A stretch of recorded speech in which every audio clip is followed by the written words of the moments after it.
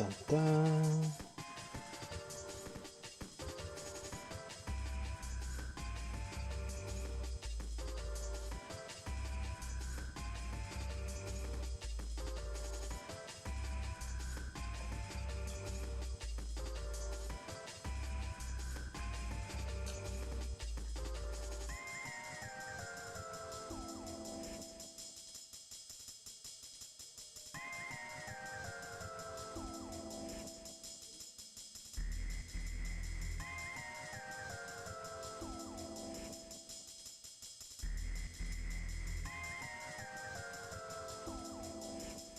Pull this out so you can see the chat.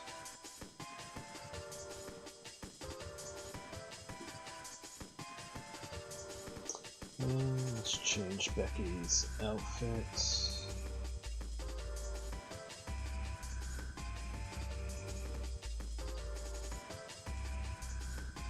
Yeah, man. Thank you.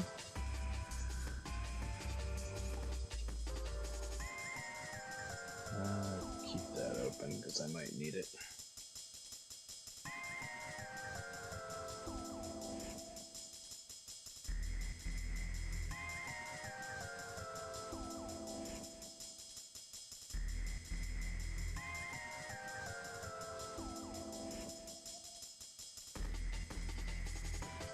All right.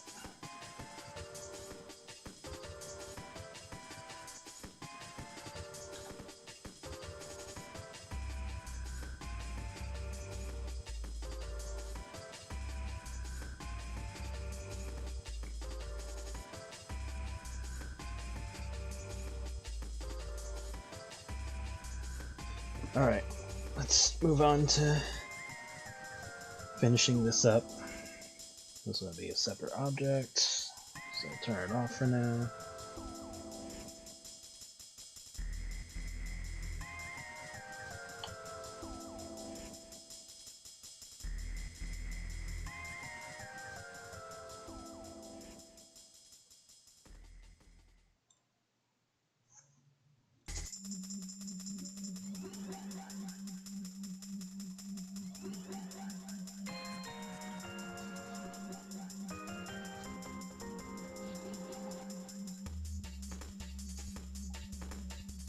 This is going to be a challenging character. Hello, hello, welcome.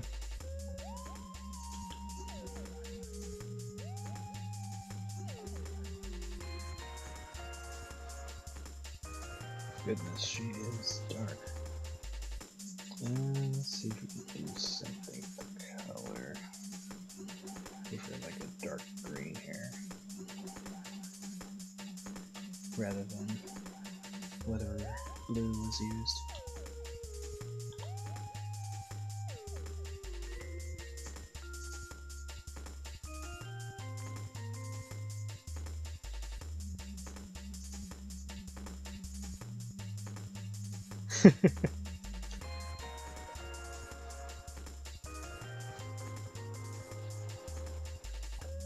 Well, I'm always drawing, so it just boils down to whenever you're drawing.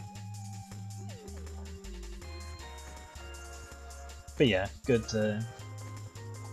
always good to draw when somebody else is drawing.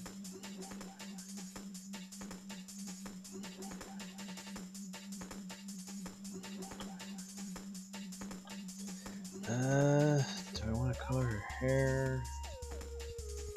Yeah, because the rest of her is easy.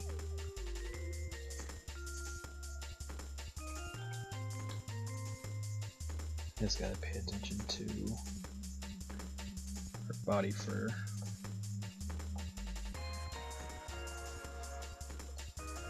Which will be a challenge in of itself.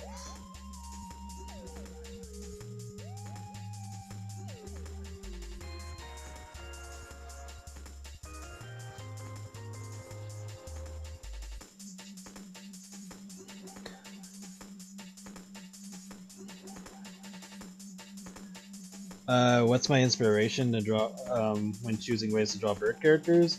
Kind of just depends on what I want from them. Because like I can draw them with either wings for hands, or have the talons be hands and they have like wings on their back, or like parts of their arms are like, you know, anthropomorphic while the rest are like feathers, or just give them like normal hands with like mild feathery tips at the end, just to kind of stick with the theme.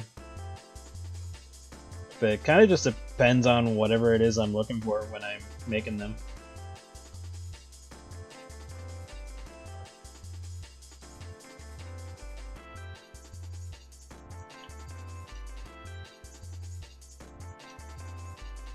So if I want them to look a particular way, then I just go with it. Because like in the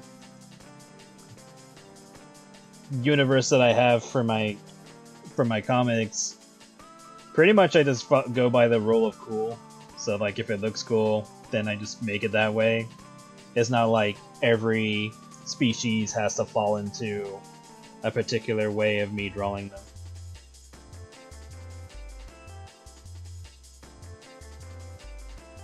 Just kind of covering my bases with this, because it doesn't matter what I do, because different layers will go on top of it. At this point I'm just making it easier, but I definitely wanted her hair to be the base, so that way it'd be easier to do her hair.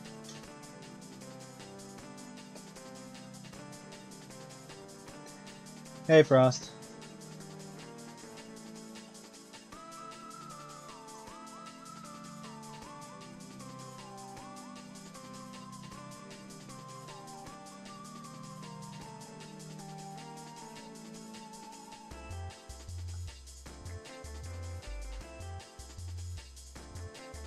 In fact, with that said, we can just have this whole section colored off, so that way I can see. It's easier to get in between this area.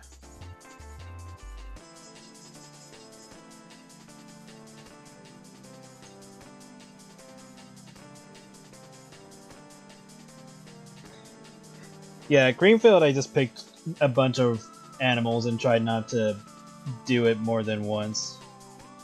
Why are you doing that? What part of you is causing that?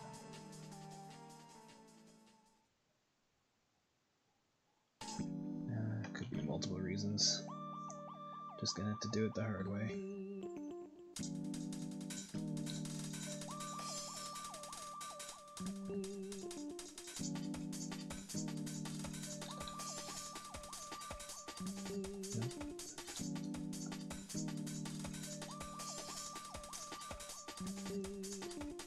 So let's try this. We'll only color her hair. And I also tried to pick animals that I don't normally draw. There were some choices that ended up getting cut.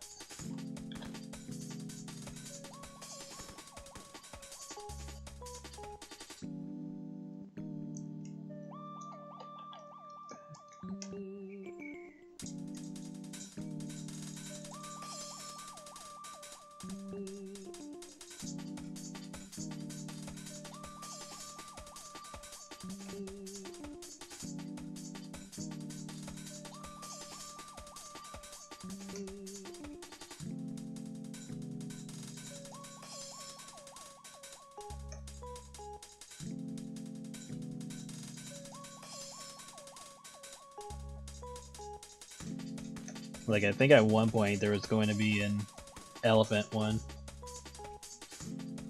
but I decided not to go with it. Either I decided not to go with it, or I forgot that I wanted to do that and went elsewhere. If I had to guess... Oh yeah, that was probably when I was going to make Chocolate and Vanilla as characters. Not the Vanilla that we have now, but it was like a different character name that was going to be Vanilla. Or I think it was going to be like Chocolate and... No, it wasn't Chocolate and Vanilla, it was Chocolate and Peanut Butter. There we go. That's what I was gonna do.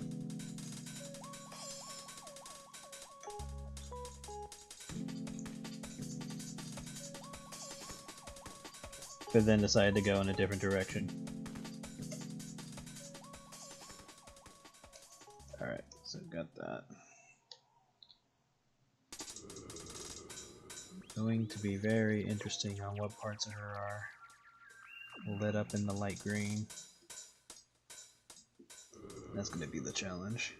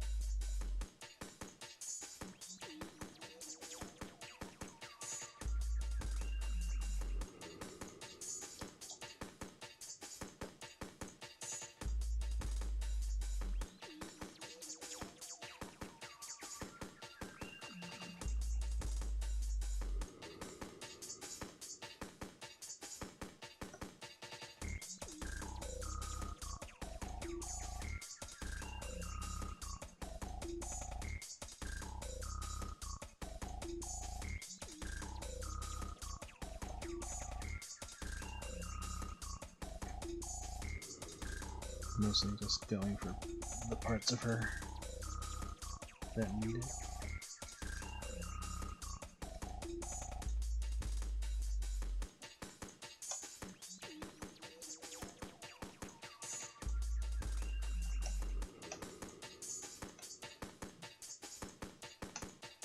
Should be good on the lower half.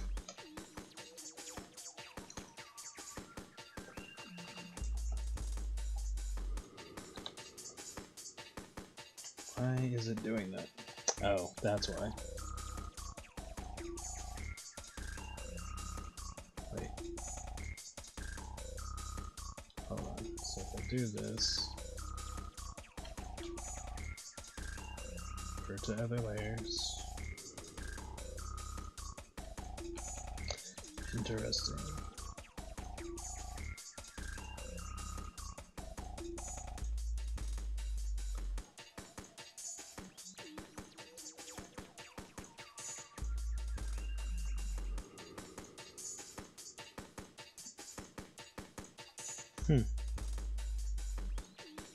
Yeah, for some reason it's not doing what it normally does.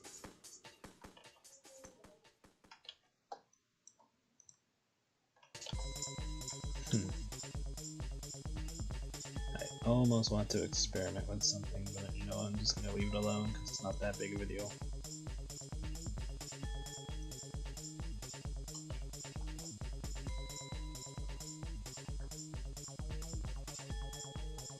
I'll just leave it alone. Hope everyone's doing alright.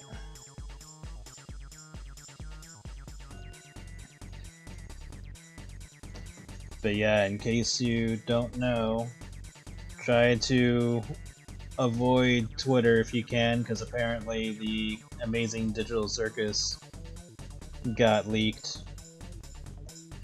Possibly the Brazilian version from what I've read or heard. And it's unsure if it's AI or not, so but just in case, just avoid it in general. If you can. Luckily, anytime I'm on Twitter, it's mostly just art related, so the odds of me coming across it are pretty low. But there's always that chance, and then there's YouTube to consider as well, so that might get leaked. There might be leaks of that, or like, you know, people posting thumbnails of whatever major thing is shown. So all I can say is do your best. Me, I don't normally get affected by spoilers. Like, even if I learn something, that doesn't prevent me from enjoying the movie or whatever with all the context and stuff like that. But I know that not a lot of people can do that. If I had a penny for every fat fur that decided to draw an elephant, I'd probably have quite a few dollars, right? Have I? Yeah, I've drawn a fat elephant before. I don't draw elephants very often. I think the only one that I've drawn that like intentionally meant to be weight gain has been the Daisy elephant thing.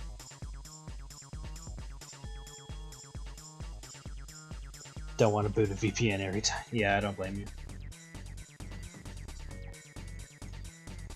Alright, now for the challenge of her fur. This is gonna take a lot out of me. Alright. Grab the major parts of her first. Gonna make her eyelashes. Or eyelids, basically the same color.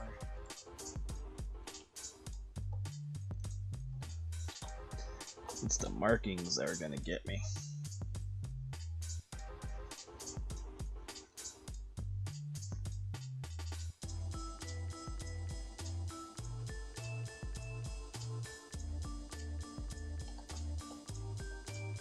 Gonna try to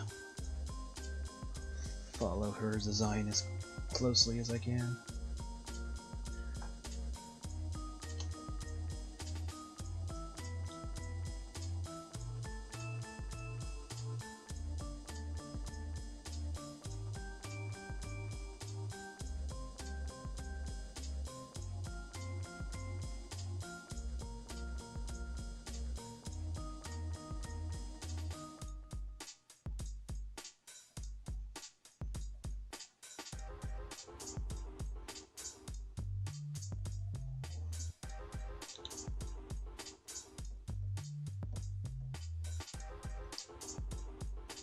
Okay, so the way your star works is just the way it interacts with your line art.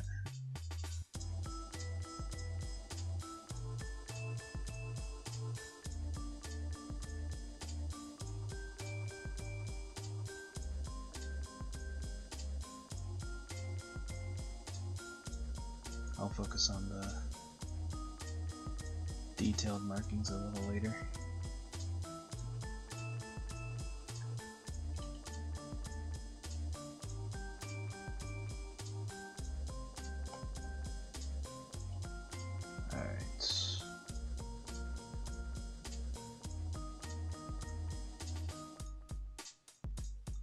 Huh, did I not erase this?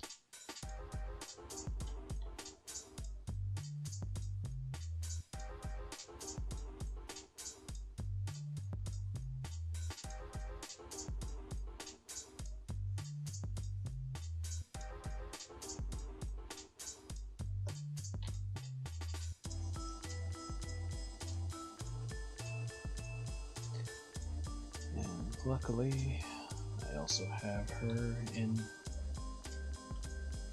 her naked form, just in case I'm missing other details.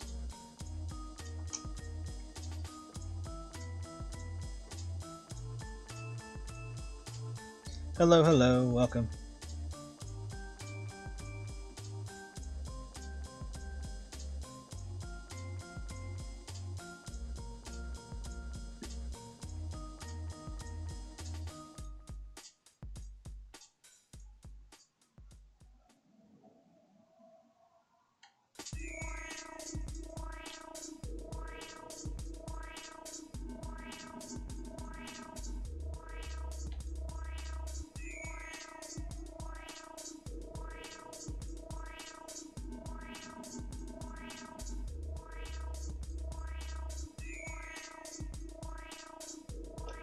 Trying to make this as accurate as possible.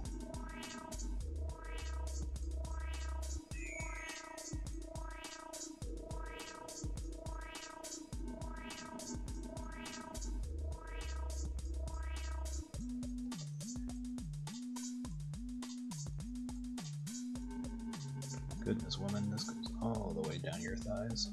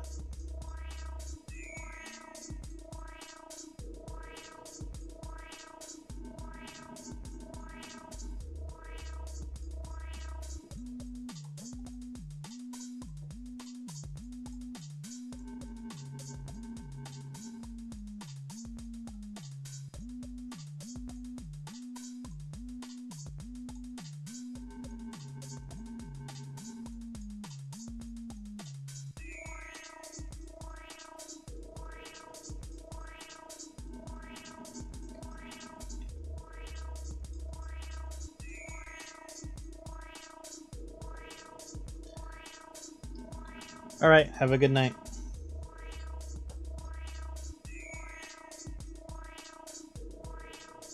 Ah, that's what that is. Okay, let me fix that.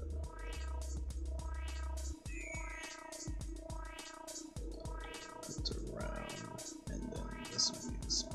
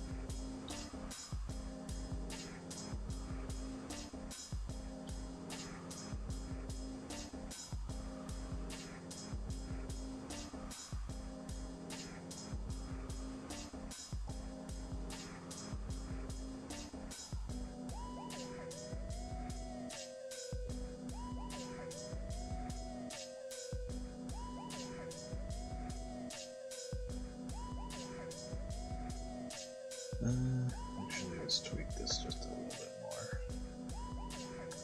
Because we're going by the logic of this.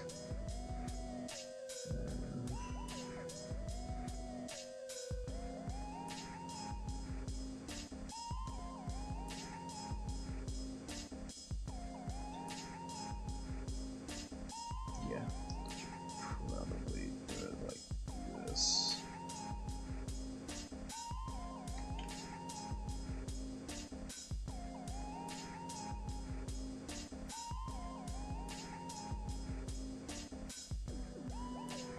Something like that.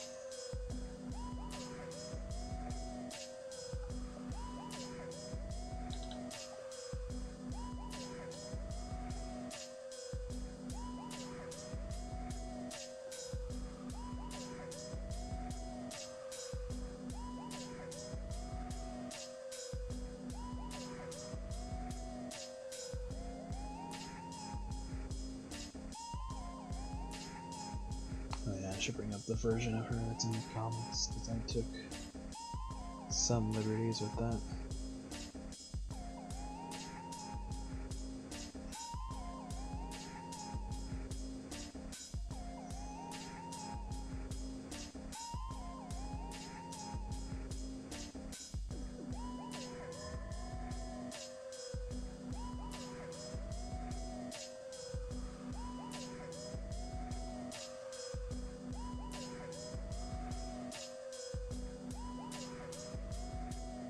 Mostly her arms.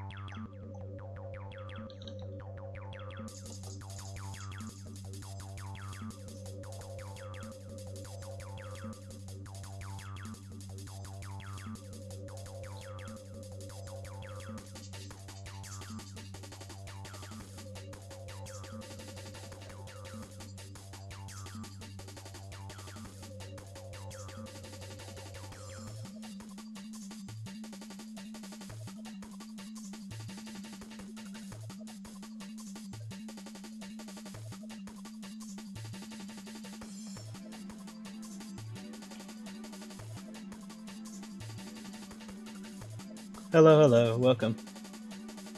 Hey, Raymond.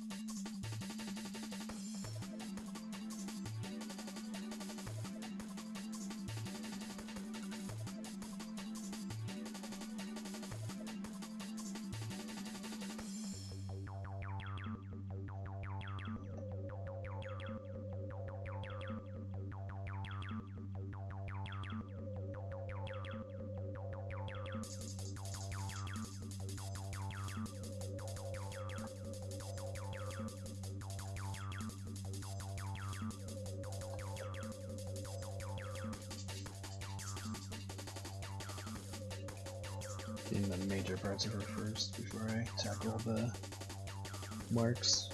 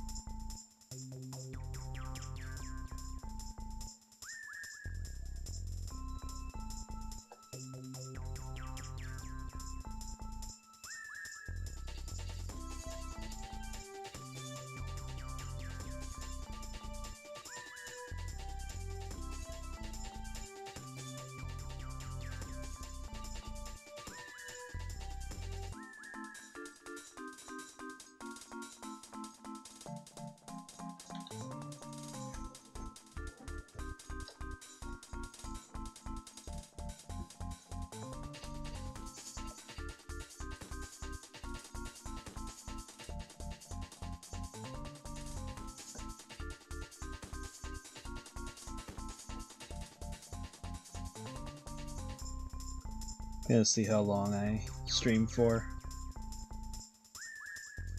Not sure if it'll be as long as the last one, but we'll see. Just depends on how far I get.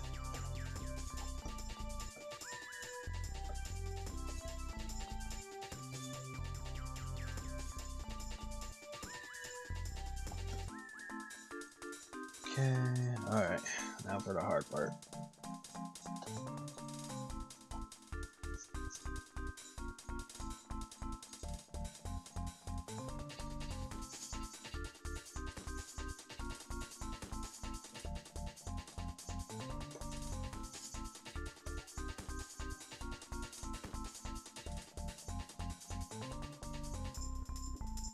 The hard part is getting this right, especially since my anatomy is much different from the original.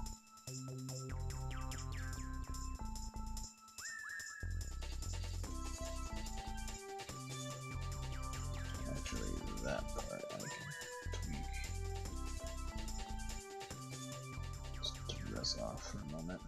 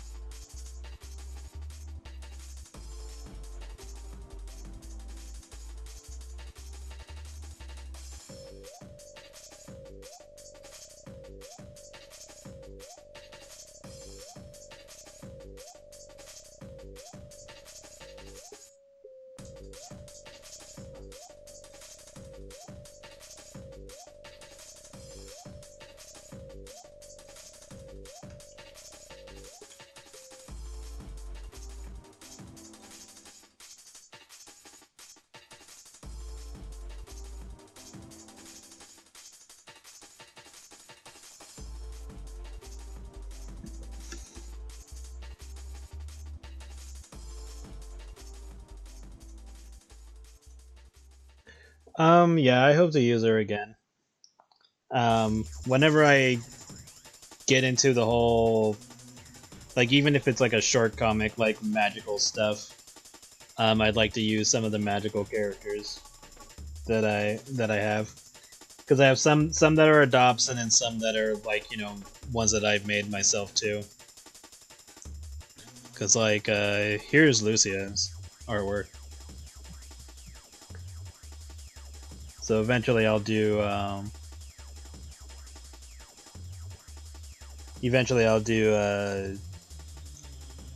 my own character art for her too at some point.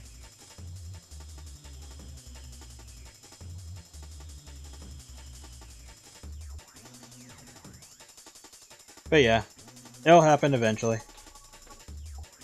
Just one step at a time.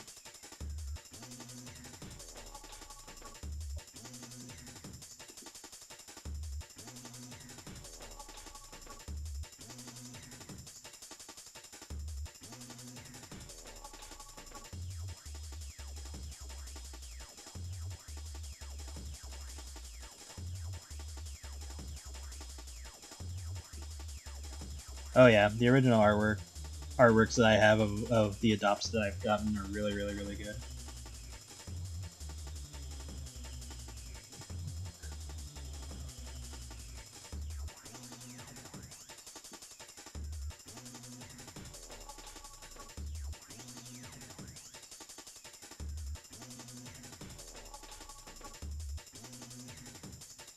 And then some of them came with like original artwork too, or like commissioned artwork. So that was a nice bonus for some of them.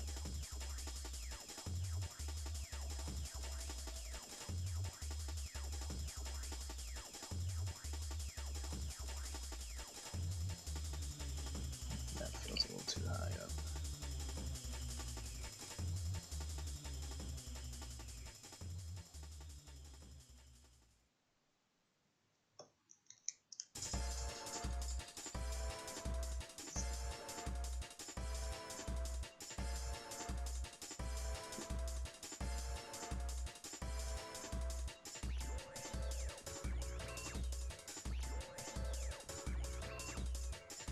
I think there was a frame where I showed more of this. Let's see.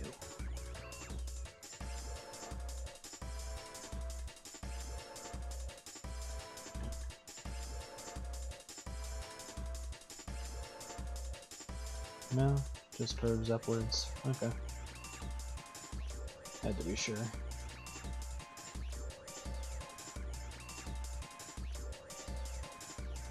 I think it's just because I moved this side so thin.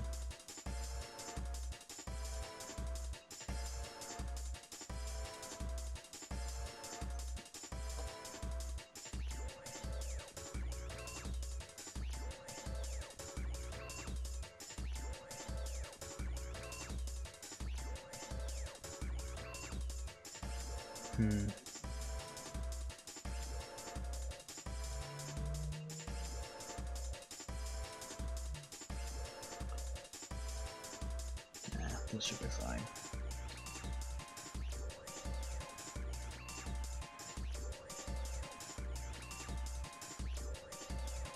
I don't want to overthink it.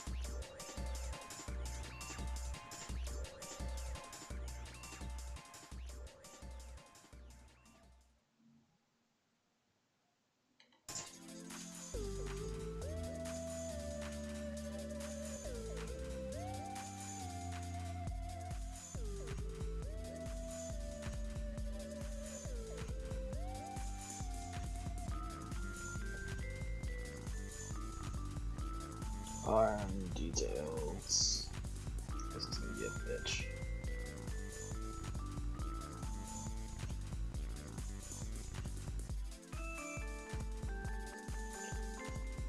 Probably won't be as bad since I drew it in the comics already.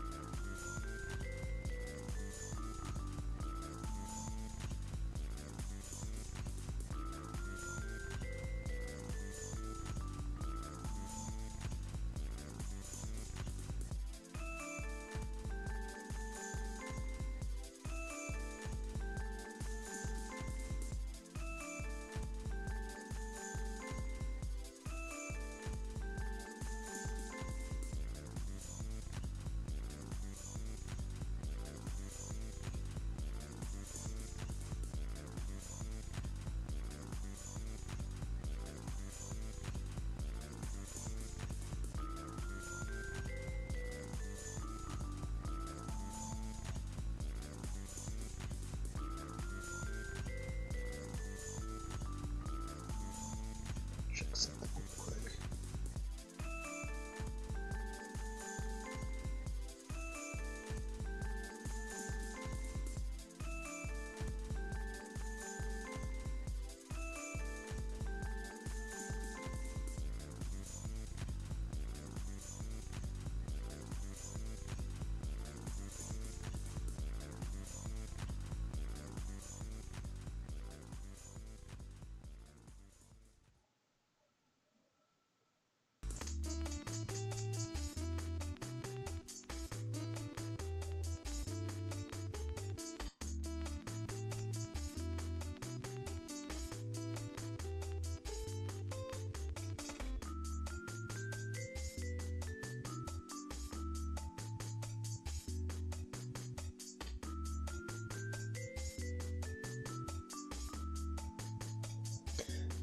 Kiwi has some fairly big hands to a degree.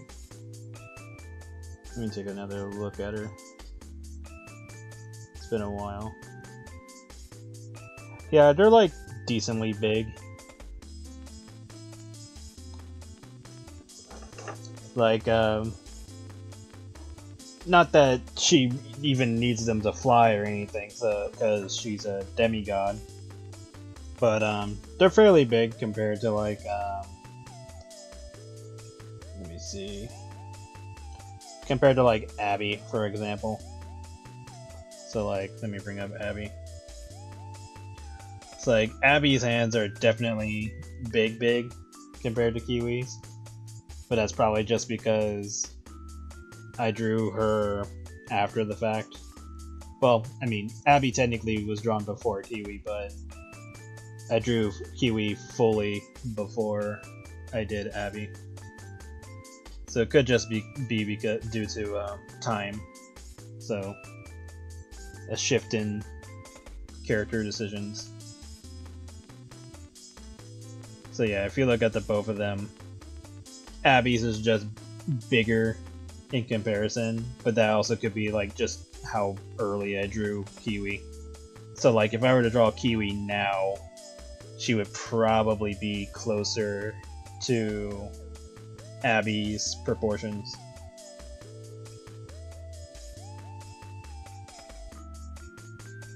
Because I know I definitely looked at Kiwi a few times for drawing Abby officially. So it could be just that. And then obviously they have different feet and stuff like that, so could be just timing.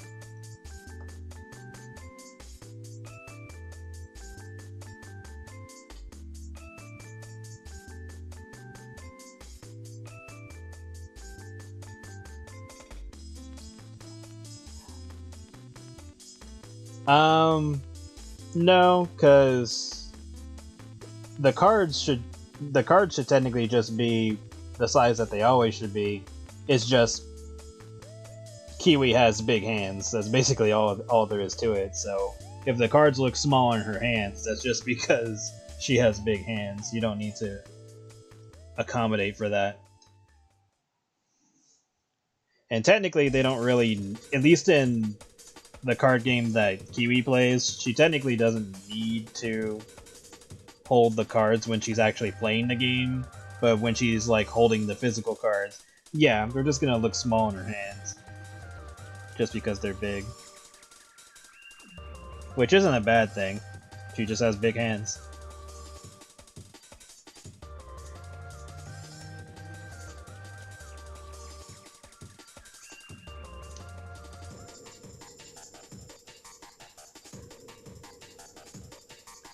Yeah, like, let me see if I have an example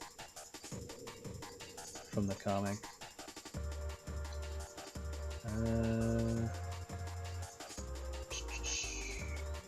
Because there is a shot of her holding a few cards. Which is probably not as accurate as it should be. Yeah, like here's her holding some of them. But you can't really see her fingers from the back, so you don't really know how far. So like, let me take a red pen. So technically, if we're going by where her hands should be, or fingers should be realistically, or feathers, whatever you want to call them. Actually, no, hold on. I can probably answer this question better if I did this. Because when I draw the cards, what page is that? Page 7. I usually draw the hands anyway. So if I turn that off, yeah, so there's like a bit of her hands there. But that's probably because I just copied and pasted and like rotated or whatever a bit. So if I were to just dim this a bit, and I'll make a new layer. I'm not going to save this anyway.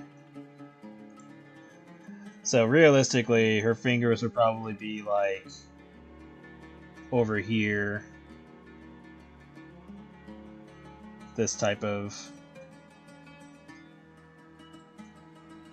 positioning.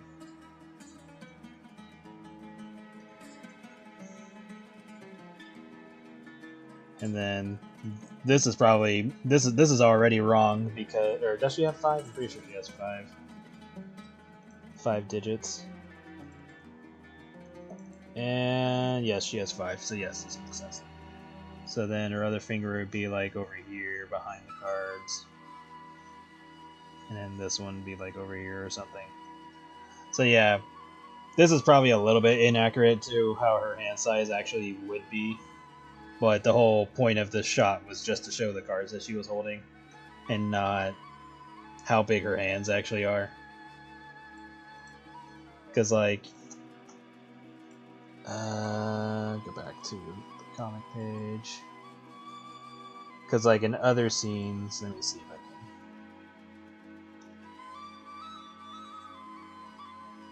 can find a shot that represents her hand size. This one's a little close. So, like, in this shot, when she has her arm out, you can see it's just like a little bit bigger than normal. Or definitely her hands are bigger than normal. Because, like, look at this. So, like, size of her hands, and then this is probably over here and curved up, and this one's going this way. So, like, her arm is probably like this, somewhere around here. So it's like, yeah, so Kiwi just has decently big hands. But, like, she's not always going to be holding the cards, especially when she's actually playing the game, because the cards themselves float. And they're sort of digital, in a sense, because all of her cards are stored into her her brooch. That, like, most of the players have like some kind of brooch or like object that holds onto their cards when they play. When they're not playing, that's when they're holding them physically. And if they weren't using the device, then they would just play analog, where, you know, they'll physically hold them and then just play normally. But in terms of how they actually play the game in their world, they just float. The cards always float. And then occasionally they'll grab the card just for stylistic effect. But yeah, Kiwi just canonically has decently big hands. And that's just because she's a bird, because that makes sense. If she were to fly with her hands, you would expect them to be somewhat big. Of course, logically... Let's close this. Logically, if I were to have a bird character actually use their arms to fly, it would probably be more like this. Oops. Let's bring this character over. It'd probably be more like this, where, you know, more of the arm is like feathery and stuff like that. That would actually be able to, you know, collect wind, or like, you know, have wind affect the arms type of thing. So it'd be something like that. Do I have another character that falls into that? There's this character who also has like, but this one is more of like kind of like bat logic. So like she has like the normal arms, but then she has like, you know, the feathers that would work the way they should. Um, Probably would still have like, if we were to, let me find her original art because this shows her backside. So in the original artwork for this character, as soon as I bring it over, there we go. So the original artwork for this character, her backside goes like that. So it's more like, so it's kind of like a V shape if she were to fly. So she has like her regular arms, and then it comes out like a V shape. So it'd probably be like that. Like I could see her like, and it could be just because of the way I drew the character, but I was trying to go off of like this size logic where she has like the regular arm, because over here it looks like it's more connected to the wrist. So I tried to go off of that type of logic. So she could be holding on to the ends here if she if I'm trying to make it like logical on how she would actually fly. So she'd probably hold on to the edges and then just hold it in a V shape, like a bat. So it'd probably be like something like that.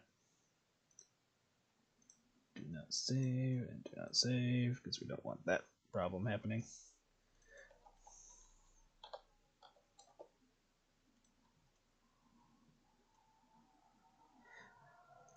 So again, oops, wrong one.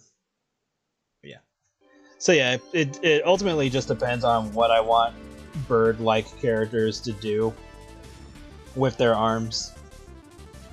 Trying to see if I have like one last example. And then like not all birds have to fly. So like there's always going to be a situation where even if it's a bird character, that doesn't mean they can actually fly. So you don't have to like trap yourself into that mentality either. Look at you. Well, you're a penguin, so you're not gonna have big wings to begin with. We have another adopt that follows this rule.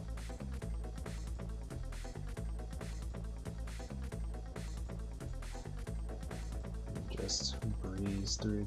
Here's another example.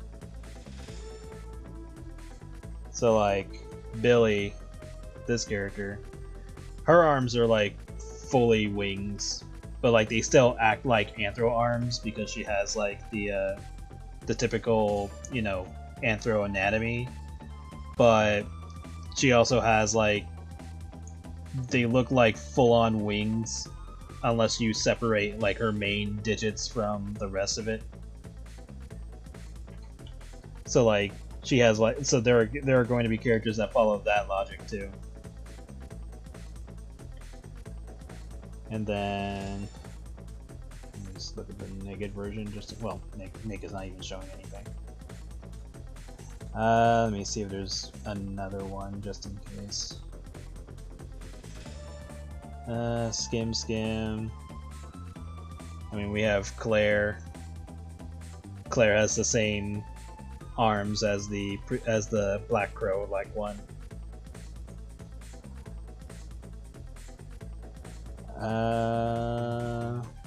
Mostly just looking for birds, like I'm passing bats and stuff like that. Here's another one that doesn't follow either logic. Like, she just has small hands. Or small forearms, so she doesn't follow the fly rule at all. Granted, she's a chicken, and you don't normally see chickens fly, like, great distances anyway. But in her case, it's like, even if you were to assume that she could fly, just she doesn't follow that rule, so ultimately this character does not fly for multiple reasons. And she just looks like she's not built to actually do that. So yeah, ultimately it boils down to fishnets go hard, right? So ultimately it just boils down to, like, does the character look like they could actually fly? And if so, then you decide whether or not they can fly. Do they just glide, or do they actually fly?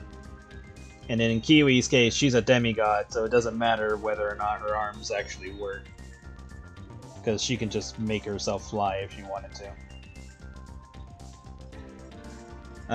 They got them Yu-Gi-Oh! Dual Disc thingies. Kinda, like, the most it is just brooches. They all just wear, like, a device that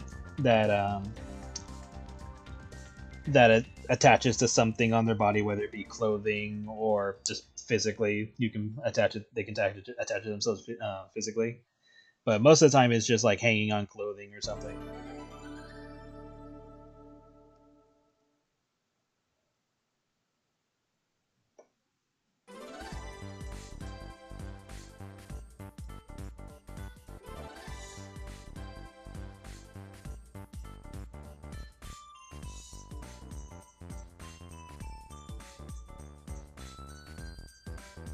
But yeah, for flying characters, just make if you want them to fly, just make it look like they can fly. You don't have to completely make it, like, anatomically correct, but at least show that there's signs that, okay, yes, this character is made this way, thus they can fly. And if they are not built that way and they can still fly, then explain how they're flying. It's like Dragon Ball. It's like, oh, these characters can fly. They don't have wings. How are they doing that? And then the story explains, oh, they use ki in order to fly. It's like, oh, okay, that makes sense. And then you're done. Like, you don't have to deep dive into it after that.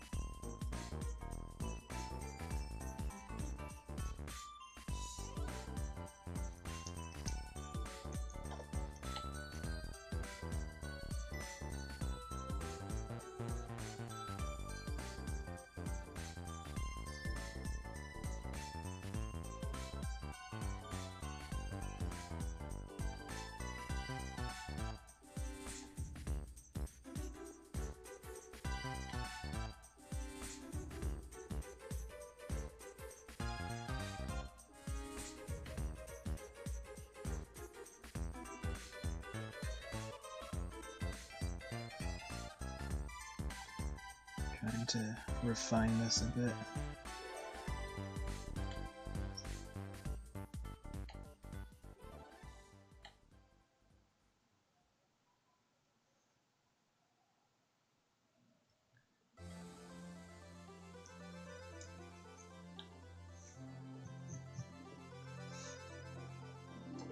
And then there's also characters like Tails from Sonic the Hedgehog. No way explaining how the hell he's keeping stable.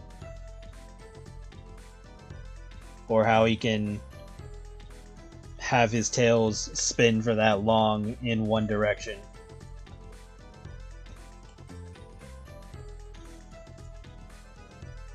Because you gotta remember, he just at least in the logic of the cartoons, like for the Adventures of Sonic the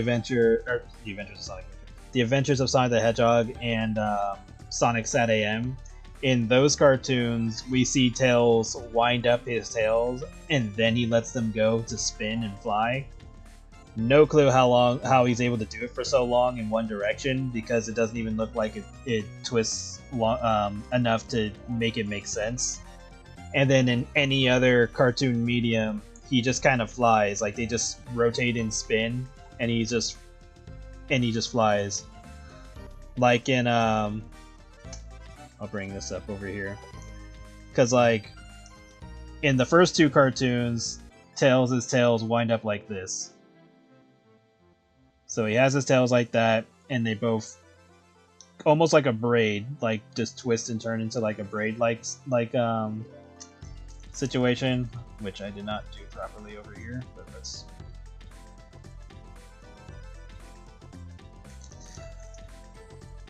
So it's like he has it like that, one's like this, one's like that. So he does like that in the first two cartoons. In Sonic OVA, they just go like this, where they just both flutter in one direction, and it kind of does this way, and it just like goes this way, and it kind of does that in Sonic Adventure when he's running. His tails just only go in one direction, and they just keep rotating this way, and he just pushes himself like that.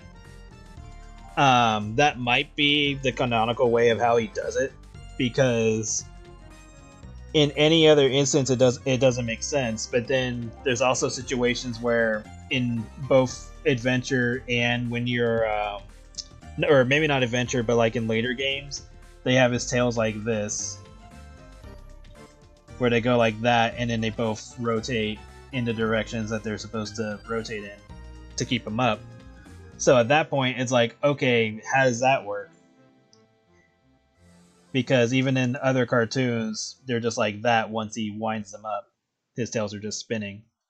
So the most you ever need to learn about Tails is just, if you want to see how he begins the action, then he winds them up like a braid.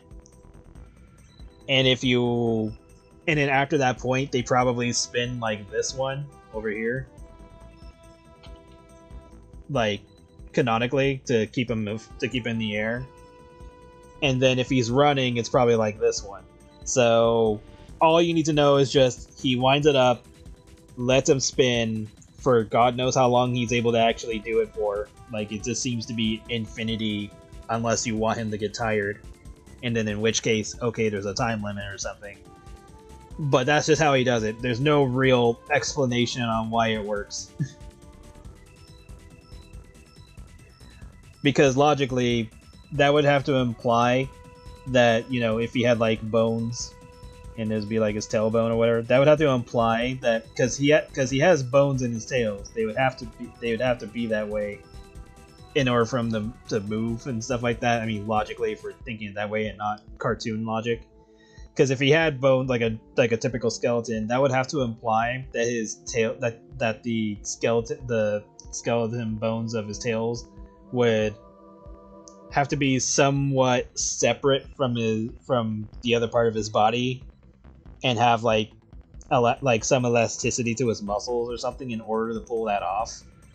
And then his body has to be light enough for him to fly and still be able to carry other people, because you gotta remember, he's carried Sonic and Knuckles canonically, and probably more. So all it boils down to is probably just cartoon logic, because that's the only way you can actually explain Tails, because there's no other way to do it. But if we're trying to explain how he actually starts up and lifts off and all that, then it'd be the examples shown. But other than that, it's like, he's a cartoon, he can just do it.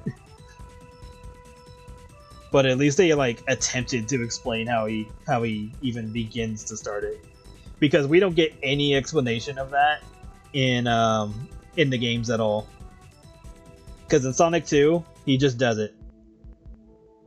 I think there was like a commercial of Sonic 2 like a long time ago, and he just kind of shows up running next to Sonic, and then he's able to fly, and then that's it. Because the commercial was like a cartoon commercial, and then in the actual Western cartoons, they tried explaining it a little bit.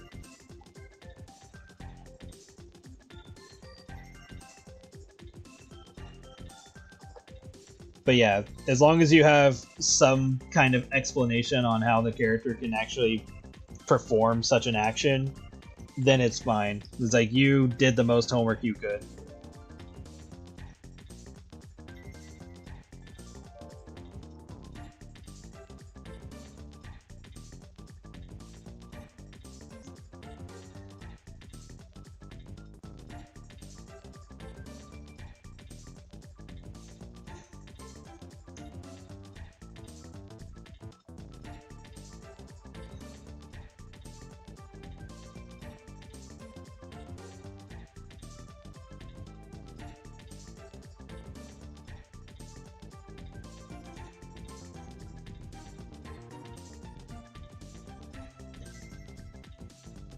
And then sometimes you'll just have a character that's fucking psychic and they just float, and that's all you need to know. It's like, oh yeah, the character's psychic. That's how they're doing that.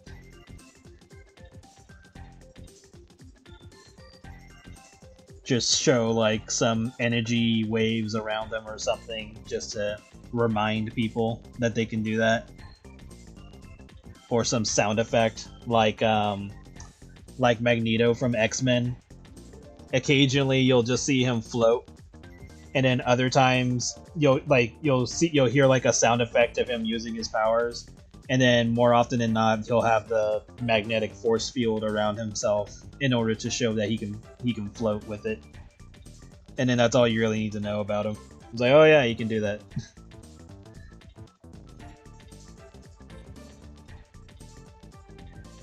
Rogue is interesting from X-Men because all you hear is like wind noises when she flies, because after that there's like nothing more to explain that she's flying.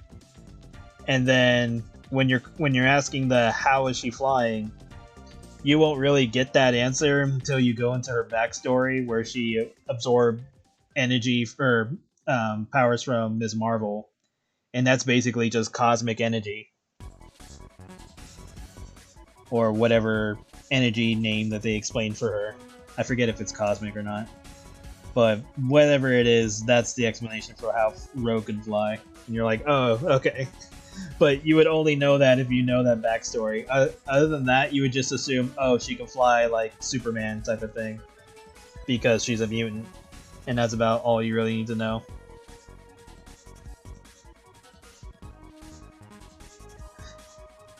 Rule of cool. Yeah. It's basically just Kiwi's is like, hey, I gave her big hands because she's a bird. I want her to be a roadrunner. Do roadrunners have big wings? Now that I think about it, probably not. Let me take a look at it. Roadrunner wings. They're a decent size. They're fairly big compared to the Roadrunner's body. But I mean, that probably applies to like most birds to begin with.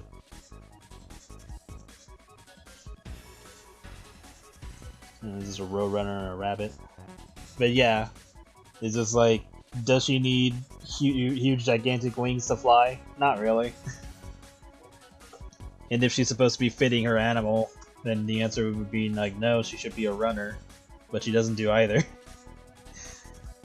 It's like, she's a roadrunner that doesn't run. She has no reason to.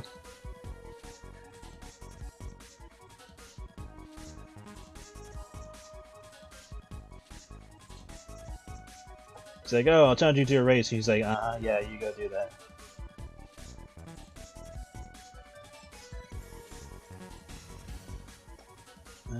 Actually, I don't think I... No, it's probably better if I did. So, let me select everything, including inside of these.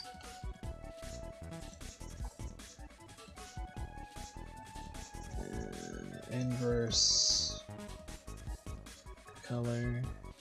No. There we go.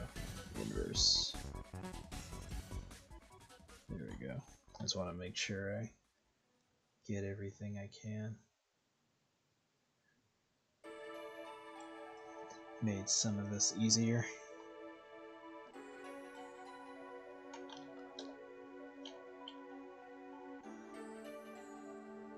Just refine it.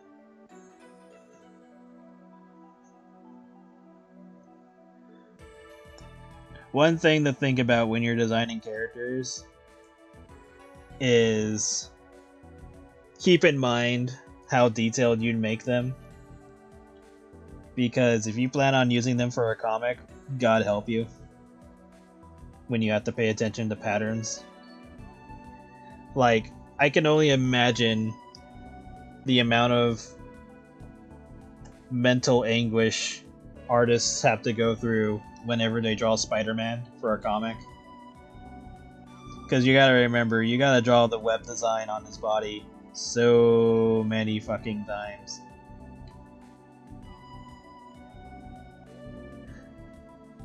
That's probably why it's a godsend every time he gets a new outfit that doesn't have the webs. Or has very minimal web design. Or web markings.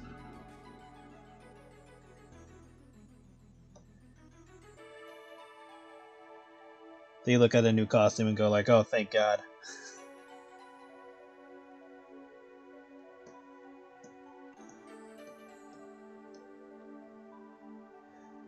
Alright.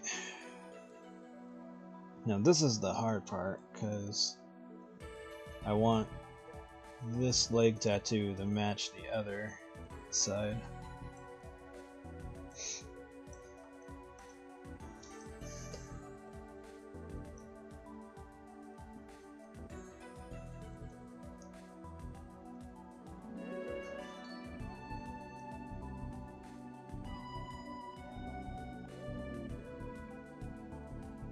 Yeah, and that's the difficult part, because, like, let me find an example, because I have so many fucking examples of things. Because, like, if I were to look at... oh, wrong folder. Come on, wake up.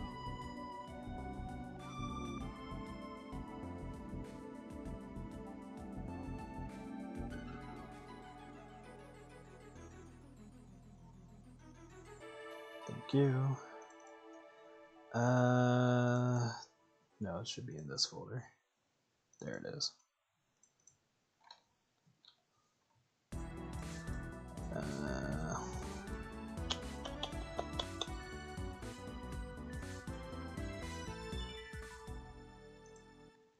Might have to just grab it from...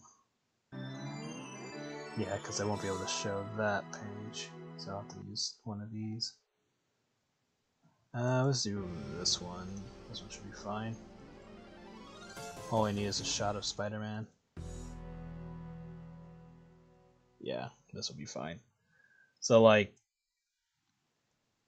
with here, look at how many fucking lines and... because, like, if you look at the initial lines, the ones that, grab, like, a light blue for this. Because, like, for his initial look, you just have, like, let's just say this is, like, the beginning of his face. It's like, you just have, like, the typical, like, straight lines that go across his body. That part's the easy part. The part that I'm worried about is when you have to do the actual web design with the actual web curve, and you're doing that for God knows how many times across his body.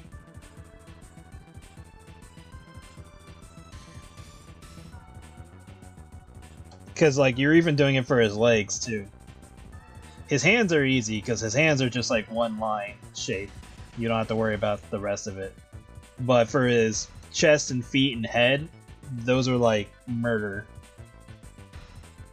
And it's funny, because, like, you can even technically see a little mess up over here. But that's not even a issue compared to everything else. And that's just that, like, and this is, like, an older comic. So there's that.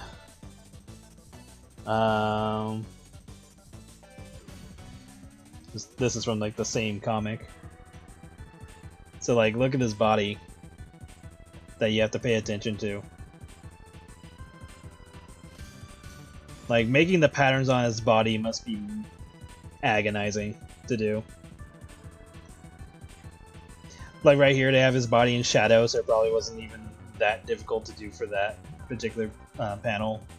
But, like, for me, I think it would be more like just paying attention to where it is on, like, his upper area, his upper body. So, like, his chest, like the backside of his or the back of him and his head are probably, like, the three major places that I'd, like, trip out about. Because then it falls into, like, how many lines does he have? Oh, does he have the 3 and then it splits off by the eyes, or does he have 2? Because sometimes that varies up depending on which comic you're reading. And then let me pick, like, a more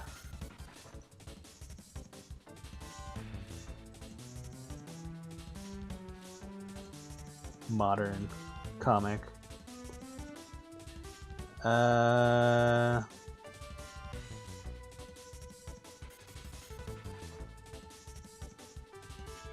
I say modern and I'm like, dude, I don't even remember where half of this shit comes from. Let's just pick Spider-Man Reign and see what shows up in here. I just want to see Spider-Man.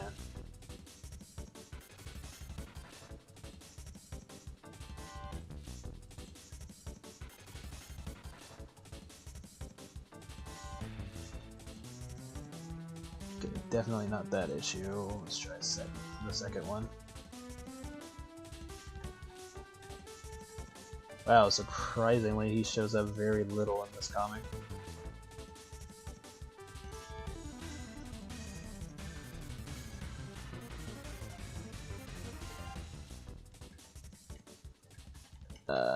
Yeah, he's not showing up. Okay, let's pick something else, because I guess Reign was about a whole different thing. Not Noir. Can't show that one.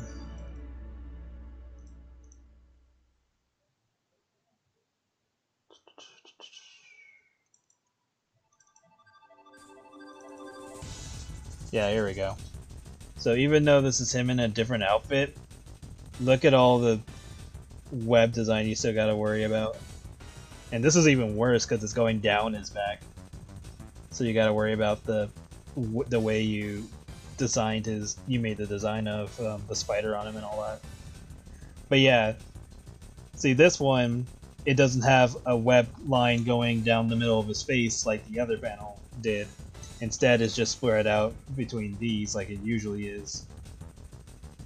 Like, I usually see it like this, but very rarely do you see him have, like, one in the middle. So yeah, when making characters, just pay attention to how you're designing them and how much headache you want to go through. Me, I fall into the category of, yay, I'm going to make this character look awesome, and then once I have to draw them in a comic, I'm like, why did you do this?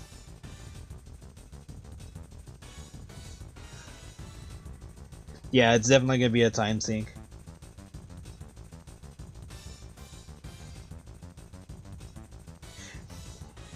Yeah, that's the other thing about Spider-Man. Let me go back to this one in particular. So, when we get to the middle of his face, he always has, like, a type of star-like formation on his face.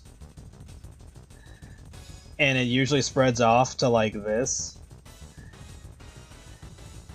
And then, like, you have, like, the middle one, and then maybe, like, one that curves like this. but then there's always like extra lines that kind of just come out of nowhere, so you have like no idea where the hell these extra lines are coming from.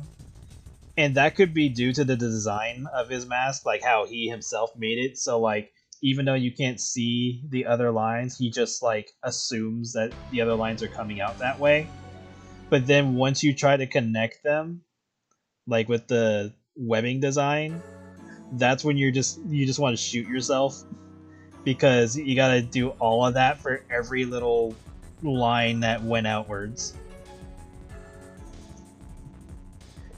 And it's just one of those things where it's like you just do it enough times and it'll probably just work out, or that you just see his face so much that you kind of tune it out, that you're not even thinking about the web markings on his face anymore. So it's like one of those situations.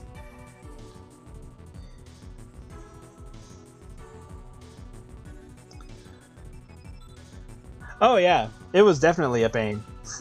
Like, let me just find a page on which I had to like draw her like a dozen fucking times.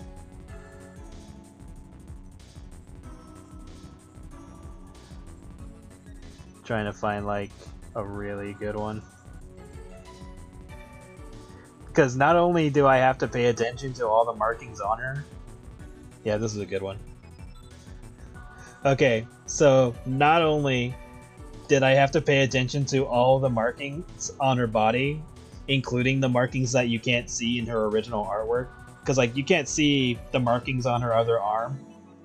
You can only assume that she has the same markings here, because if we look at her, it's not on here. Let me bring up her artwork. Yeah, this is fine. Because I'll put it over here. Because if we look at her other leg, it doesn't look like that she has the same type of markings on her other leg. I just made it more uniform, so that way it would make sense to me.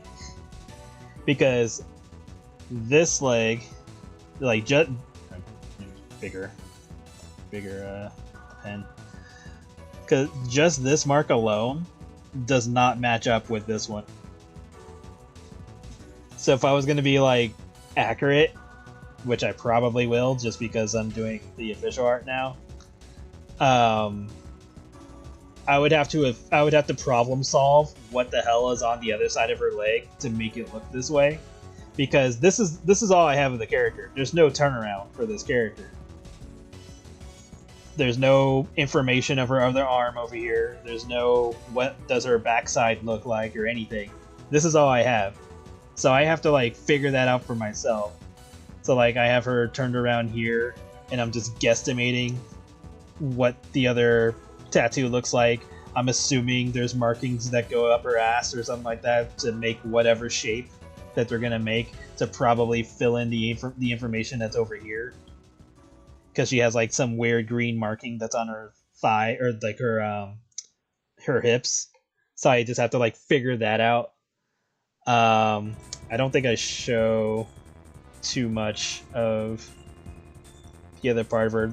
I have to like problem solve her hair for when she's facing a different direction. I mean, and that's just like, you know, that just comes with the territory at that point. But let me see if there's one more. Oh yeah, here's another one. Like on this panel, here's her backside. So I had to like figure out where her markings are on the backside of her thighs and her butt and stuff like that, and whatever else is being hidden underneath her wrap.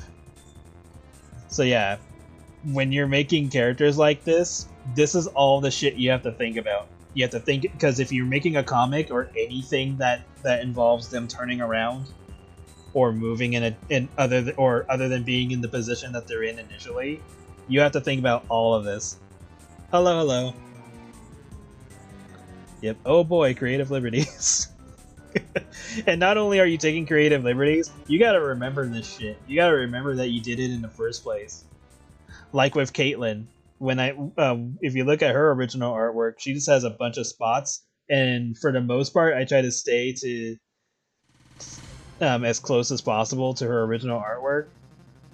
But most of the time, I'm just like trying to be in the general ballpark of the shapes of her spots. They're never going to be accurate, because like if you look at this one, like just look at the shapes on this panel and compare them to the shapes on this one, they are not going to match at all. So you just gotta roll with it. Because if it comes to like designs like that, just say fuck it. Like you're never gonna get it right. As long as you're like relatively near how they look, then you'll be fine. But that's about it. All you can do is just move forward and pray.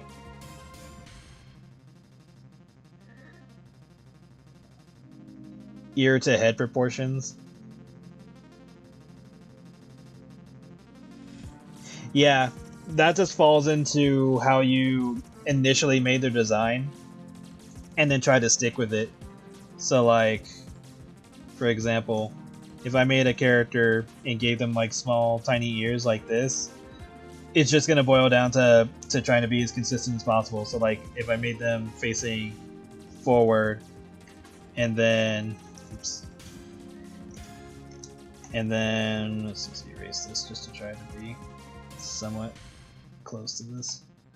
So like try to keep the same basic shape of their head, and they're going to be facing this direction. So depending on how the ears are, you just make their ears as close to the original size as you can. And if it's going to be like this, then it's going to be more rounded, but you can always, do it more flat, like actual ears to some degree. Or if they're going to follow like camera logic where they're always going to be somewhat shown and you're just like following a flow. Or it could be like Mickey Mouse where his ears are always in the same fucking position no matter where he's facing. Because that's the logic of Mickey Mouse. His ears are always the same way. Which is interesting because Mickey normally just has ears like this, but when he's facing sideways, they go in like a side direction. Or like a little bit more upwards and to the side. So like when he's facing this way, they're like that. When he's facing this way, they're like this. So Mickey is weird, but that's how the logic works with him. They're always around 100%.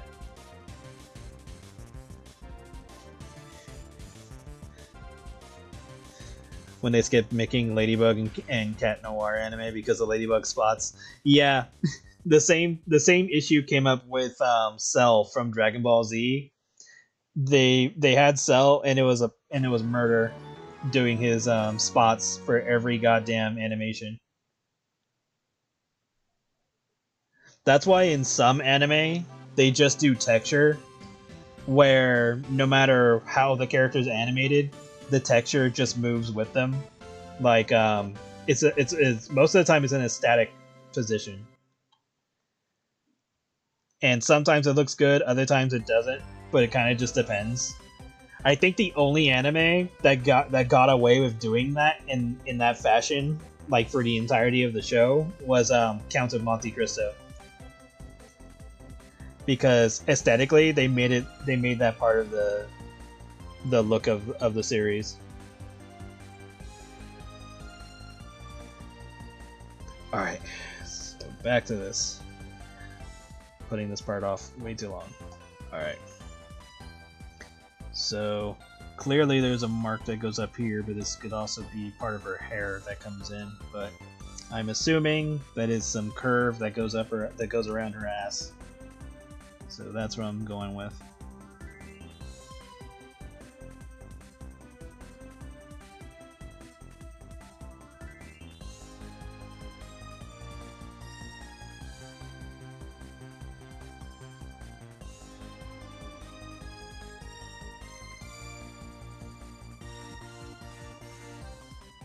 I already see the folly of my mistakes.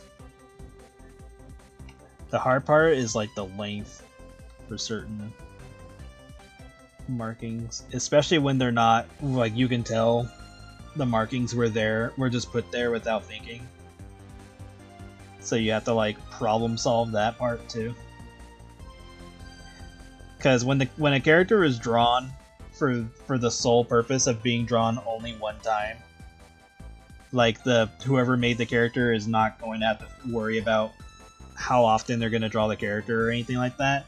That's the hard part, because that's the interesting thing about adopts, is that sometimes when you make a character that's overly complicated, you know, like has like a whole bunch of stripes and patterns and is like radioactive green or rainbow, they just have like ridiculous amounts of patterns and stuff like that, that's when it's harder to draw the character over and over. Because like majority of the time I think people just get adopts for like RPs, so you just have like the initial look of the character and that's it. They don't plan to use them for comics or anything like that. For those who do plan to use them for comics, they probably shy away from characters like that, because it's like, Lord help you if you ever need to draw them. Like, what's an example I have? Oh god, yes. So here's another adopt I have. God help me if I ever draw this character. It's probably not as bad as I'm assuming it will be, but just from visual look, she has a lot going on. And it's mostly just because of the spots, but there's a lot that I can get away with because the spots don't really have any uniform to them. The outfit, probably not as big of an issue either, but like visually she just looks like she's a lot, but she's probably not as complicated as I'm assuming. One more. Let me try to find like an overly complicated character.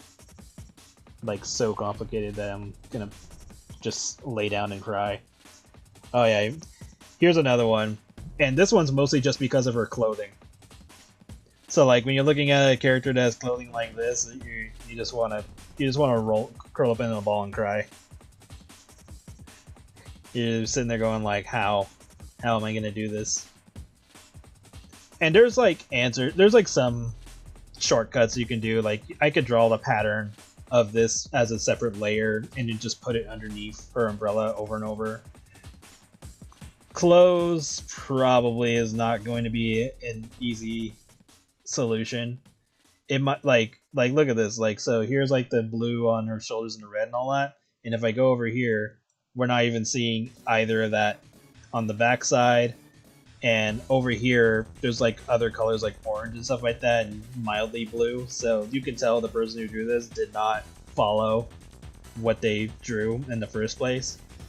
So that kind of gives me some liberty where it's like, okay, I can kind of make up whatever the hell I want whenever I decide to draw this character, and just try to be around the same general ballpark of the design for this character.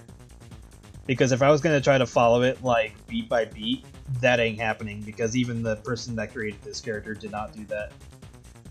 So it's just going to be one of those situations where you're just going to have to take creative liberties and just say, fuck it. Like, whatever I can come up with as the end goal, then there we go. Drawing a character, I've already made a rep sheet. Yeah, reference sheets help a lot. That's why Sonic characters are usually favored, because of a lot of them have a pretty simple design for the most part. And then even if you're stuck on something, they have like a lot of reference sheets for each character. So like even if you're making like a OC for Sonic, you can still have like a general guide on what to look for.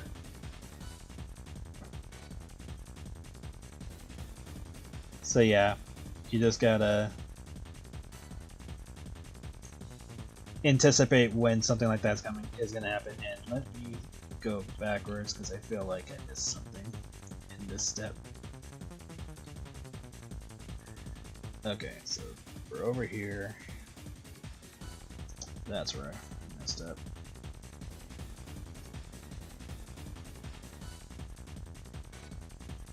Let's do a little bit.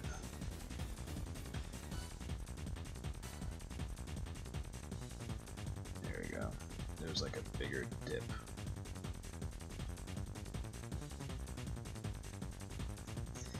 Alright, so the hard part for me is that I probably didn't make her marking big enough to accommodate for where it is. So let's start over, because I think that's the better option. Sometimes you just gotta reset when something isn't working right.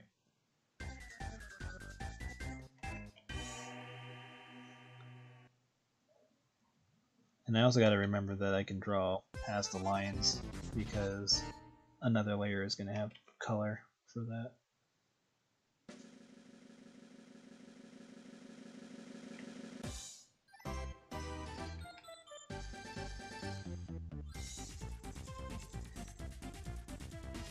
But yeah, don't be afraid to start over if something is just not coming out right.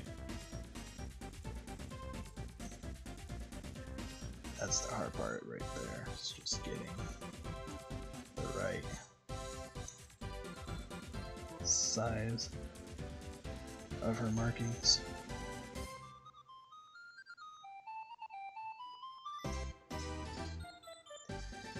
Luckily, I do have her unclothed artwork to help.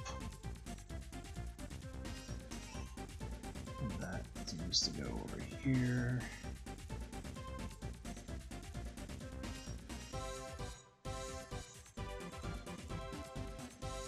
But yeah, that's like another thing to be wary when it comes to adopting a character, is that you gotta remember they made this character with zero intention of using them.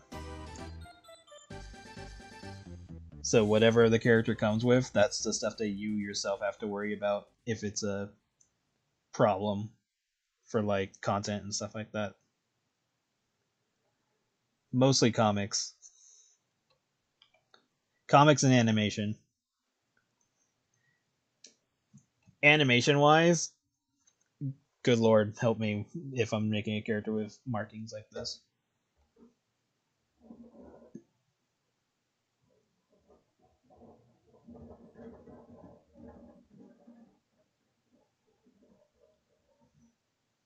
But yeah, that's why characters like Cell and all that, it's like, yeah, that's just a death sentence. Or it's like, why?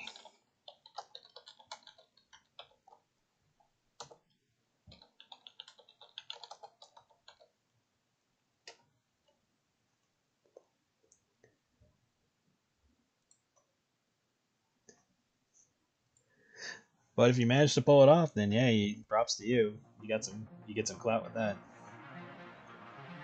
You're gonna be like, oh yeah, that scene, fuck that scene. Okay, let me pull back on her a bit, just so I can see how much of this, because I know a good chunk of this is a little too far down. It probably needs to be curved a bit more.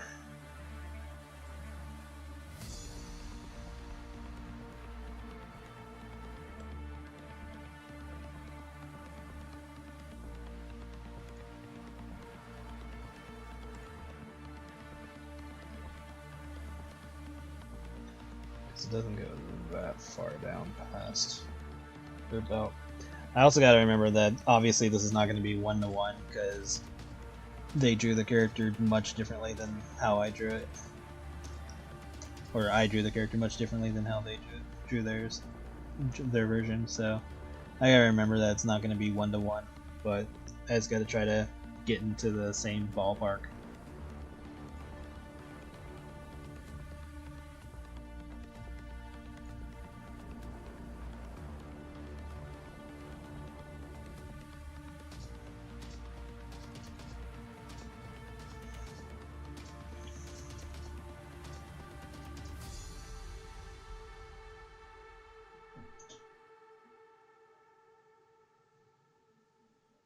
Do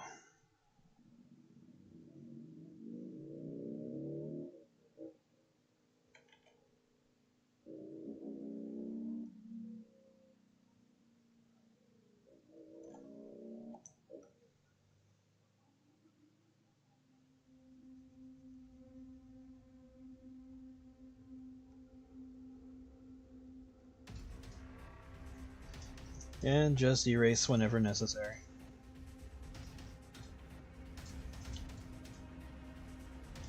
Let's tighten this one up a bit.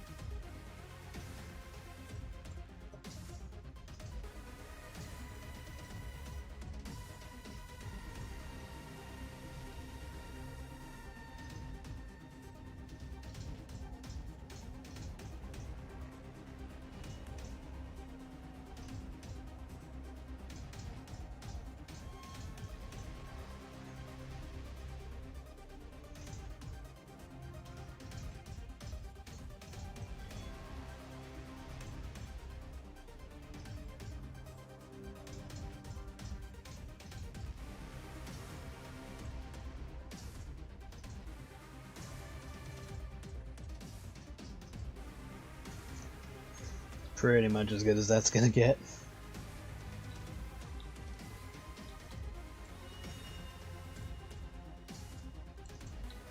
And there's still like more to do to it too, with the underlayers showing the green glow that she has on them. The green glow just makes me think that like her body fur markings are not natural. They're probably magical in some way.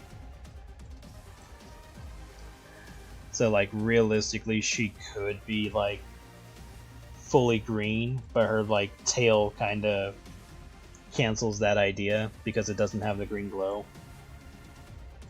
At least not from what I can see on it. But like the majority of her body has it. Or it could just be magical. Like the markings could be irrelevant, but some of it could be relevant. Could be either or. Or it could just be the effects of her dark magic that cause them to glow. Because the inner parts of her ears glow, so that kind of makes you question what's the cause of the glow on her. Because like, if you look up here, the inner parts of her ears are glowing. Because like her tattoos seem to be glowing, and obviously her eyes would be glowing, but like the inner parts of her ears are glowing, and that's the part that makes you question it.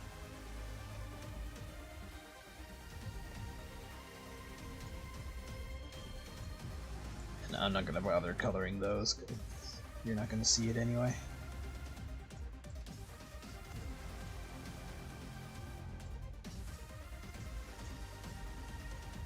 Unless it's relevant for me to color it. Or to close it off.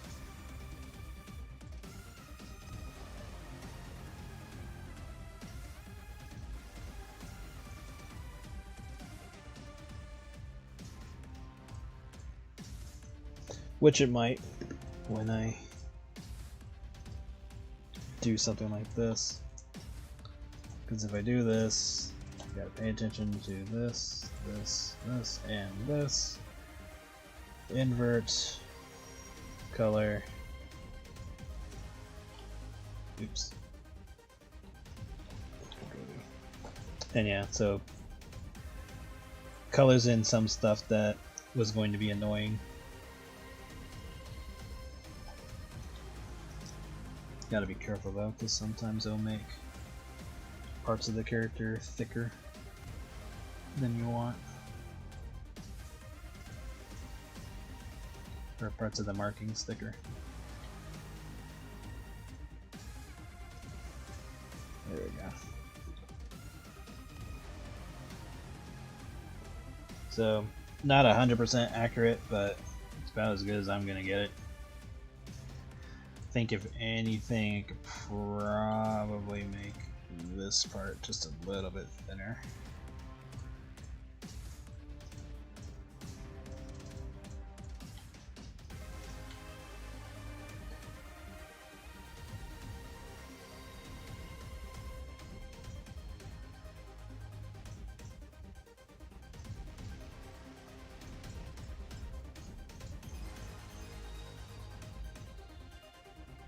But yeah, that's about as good as that's gonna get. Alright, other side of her. Yay.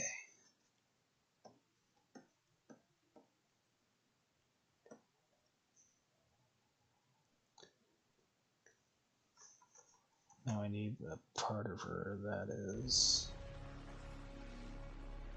wearing this, so I can see where their markings start.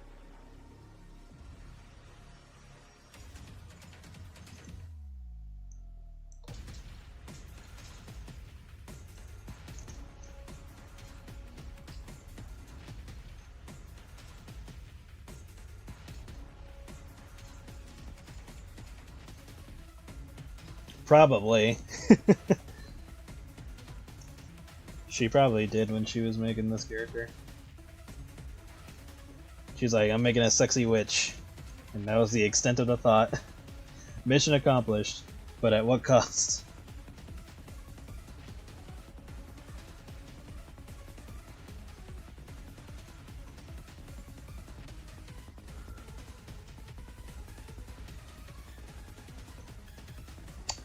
Okay, so it just occurred to me that when she's wearing her witch outfit and when she's just in her bra and underwear, the underwear straps change position. So I gotta pay attention to the version that is wearing the witch outfit in order for this to make sense to me. I'm like, god damn it. That's how you know this was not fucking planned.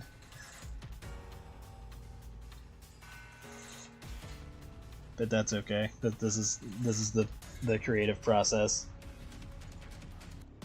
So I'm gonna pay attention to where the markings are on her body, and I'm just gonna have to roll with it.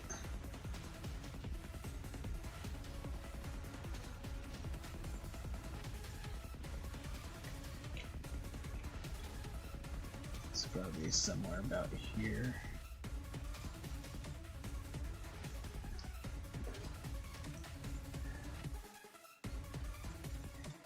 That's why when I was making Blake, figuring out her scar patterns was a pain in the ass. Because I knew they were never going to be accurate after even with the reference sheet. So I just tried to get them like in a general shape. It's like, okay, this is the general shape, and you typically find it on these parts of her body, and then that's kind of it. Like I can't realistically expect people or myself to have her scars be perfect every freaking time. Same thing for Mia or any other character that has scars. Just like good luck.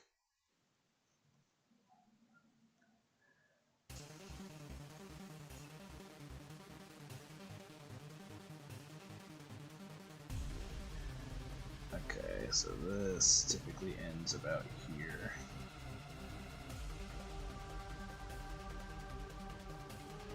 Yeah.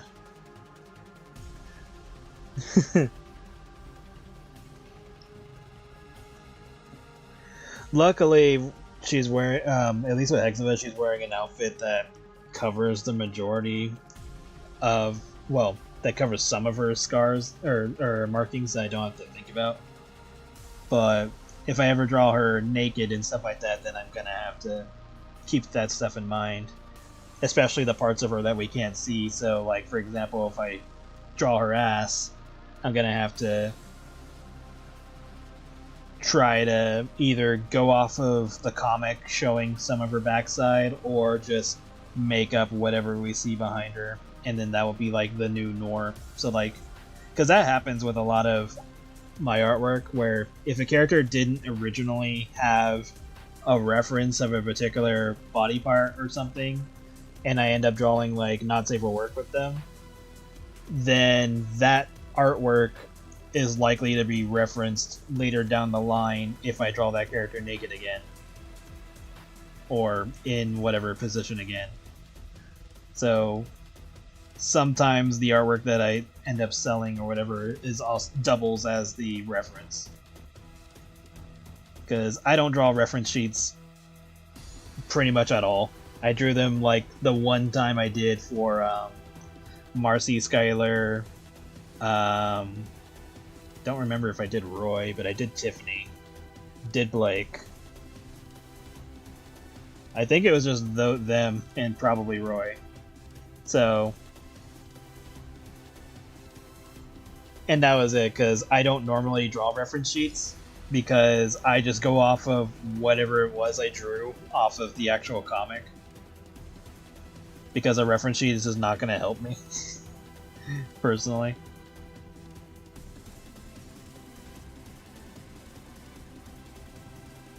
But yeah, I just go off of whatever the hell I drew before. Sometimes there's some changes over time, but for the most part it just sticks to that. Like, that's my character sheet, or that's my what's it called, staying on model. It's like, well, I drew it in this panel, so that must be what I did, what it is. I'm sure a reference sheet would probably help, but who knows? Because there's always going to be something that I'd want to tweak or change. Okay, this part is way off. This is more like... it's like further away from her other marking. And then it goes like this. Okay. So this is about as good as this is getting.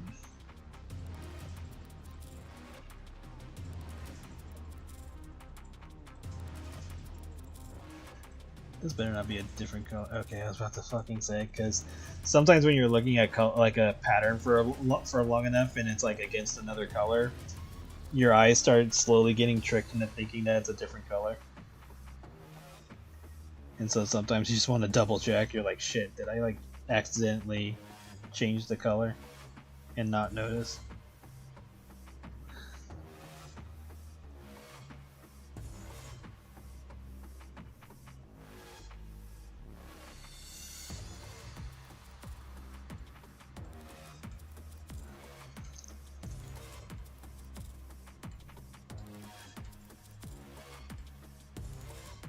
Because I've done that like a small handful of times. Where I thought it was like the exact color that I needed, but then I realized that at some point I picked a different color. I don't know when that happened or how it happened, but it ended up happening.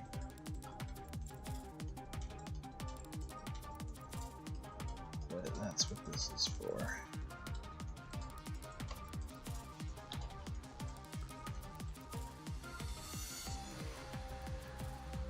Okay. Just fill this in since it's next to the edge of the line art.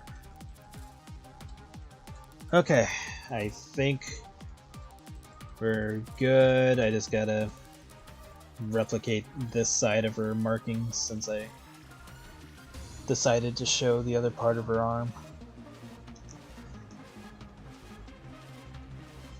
And like I said, I'm probably just gonna try to keep them as similar as possible.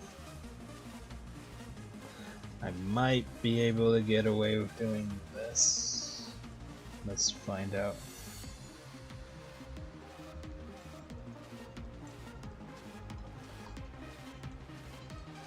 So let's see if I can do this.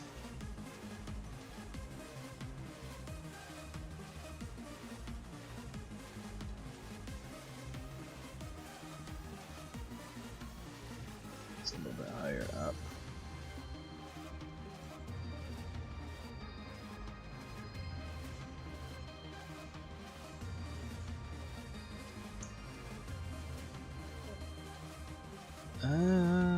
Should be fine.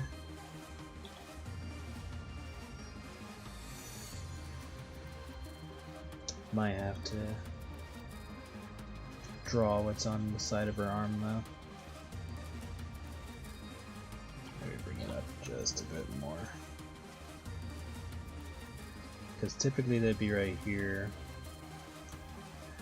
You know what? It could be... Yeah, I drew her arm badly. Yeah, her arm is probably longer than it should be. I will have to fix that, but we'll do it later. Or I could just make this arm longer. But that's okay. Yeah, it's one of those things where I ended up making her arm longer than it needed to be. But let's solve one problem at a time.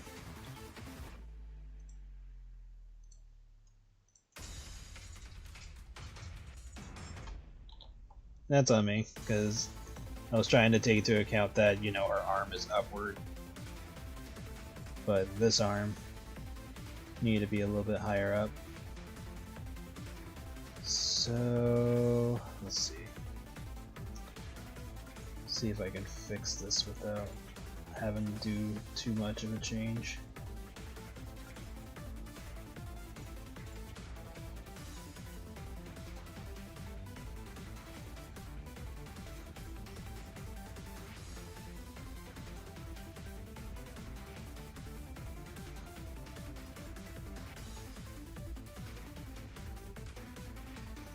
Worst case scenario, I just redo it. Not the first time I've done that. Okay. So first things first, let's put these two on the same layer. And it's probably going to be easier if I just ignore the colors and just fix our arm. Because if I try paying attention to the colors, it's just going to not work. I mean, there's a chance. Let's just give it a shot. Worst thing that can happen, I just gotta fix it. Alright, so... No.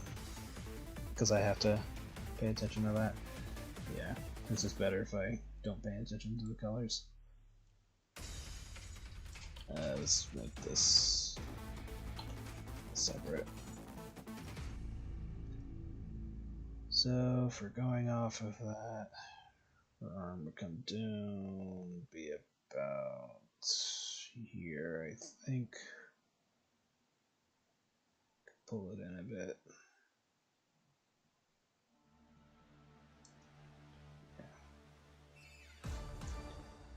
Okay. Erase this.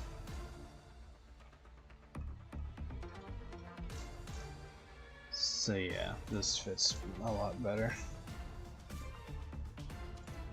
Turn this back on. We can clearly see where my mistake is. Fix her hair.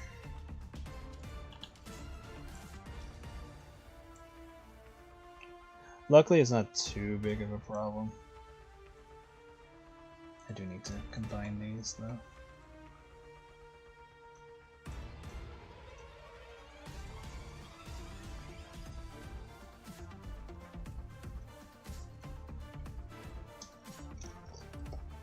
But yeah, it's not too big of a deal. It's just time consuming.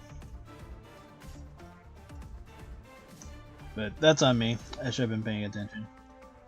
I probably didn't notice when I went on my rant last time. And we'll just bring up another right there.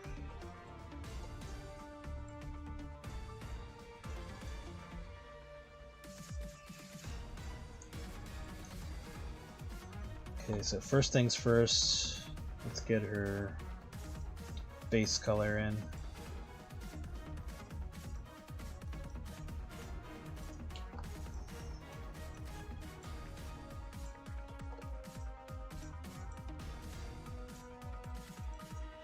Luckily, there's not too much with her that's complicated.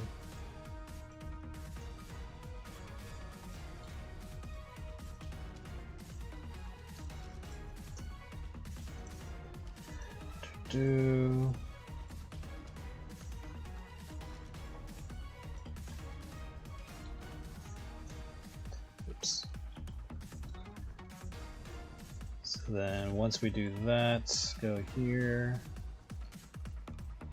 erase whatever is not necessary.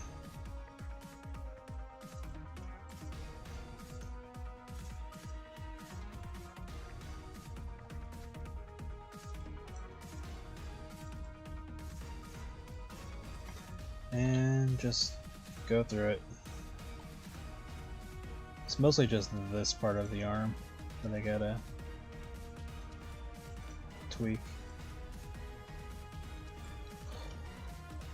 So delete that.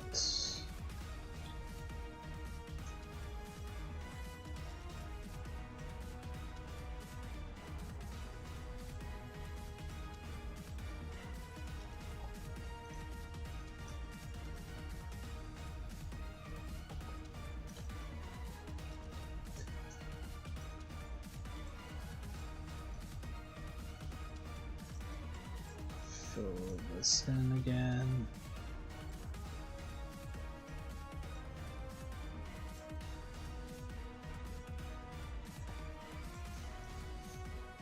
And honestly, not too much really needs to be fixed. It's just bringing up, it's just moving our patterns around.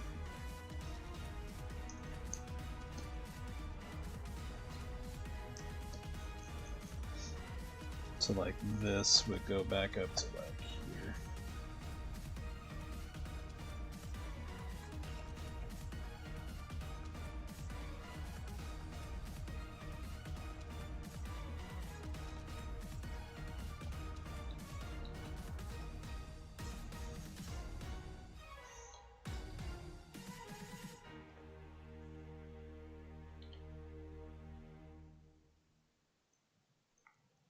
Show a little bit more of this.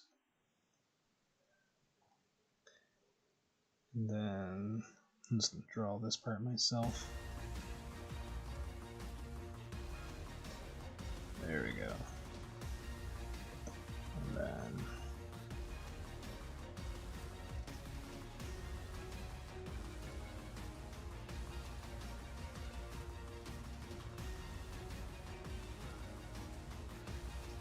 so yeah, minor hiccup.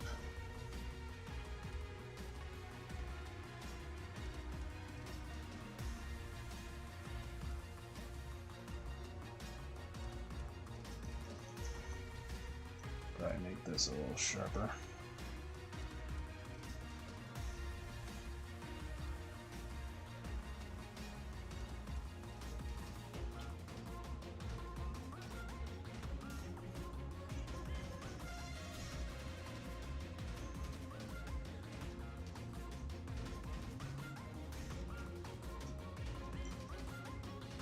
There we go.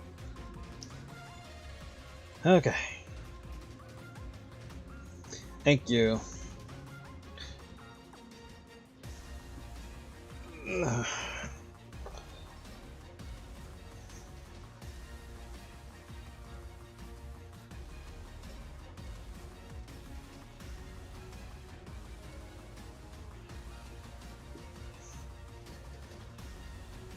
Alright, next step, doing the glowy parts on her body.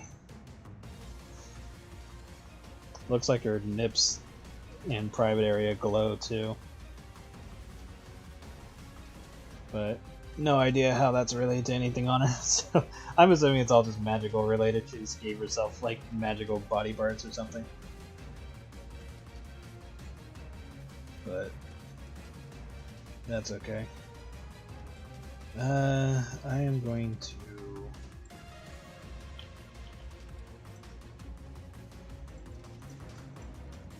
color that. I'll just color them as a separate layer later. I do want to do this though, because this is annoying me.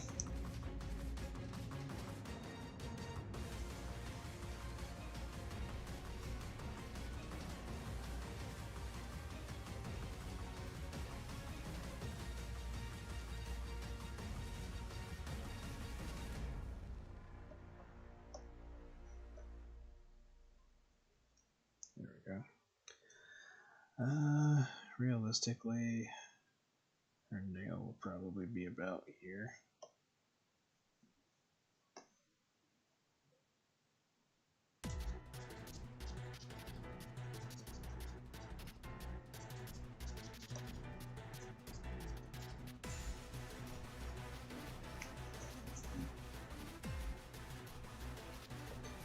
Alright, so another layer. Grab the glowy parts of her body.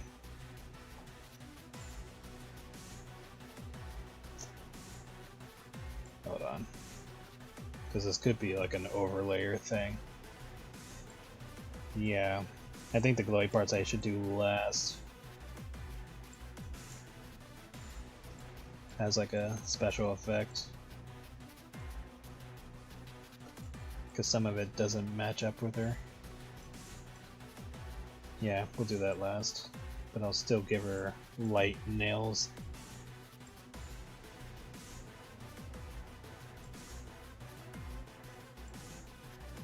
Or actually, that part might be the result of the effects, so... I will just give her decently light nails until we can tackle that part.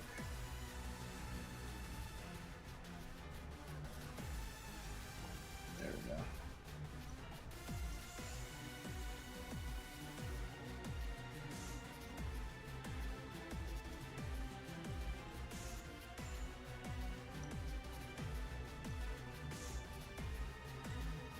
Actually, they stand out enough where I think they could be the color that they're shown. I'll reference this one.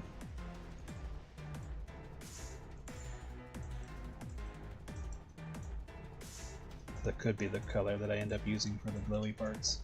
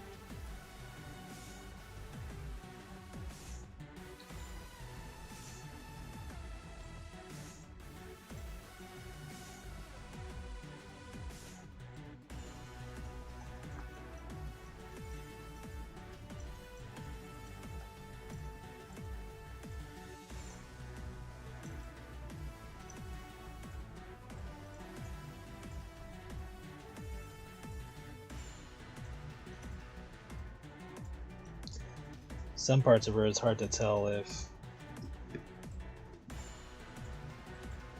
the colors are the result of the glowy parts or if they're like her natural eye color. Oof. Yeah, that's way too dark. Or way too bright. Let's bring it down.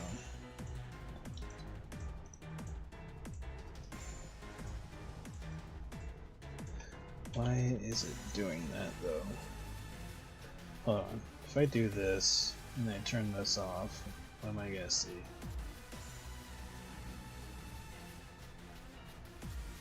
Interesting. Wondering why it's doing that.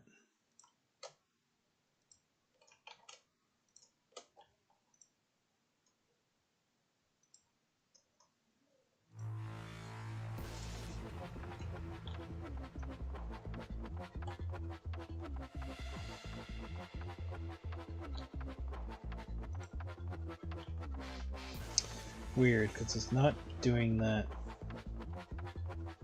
in other parts of the body.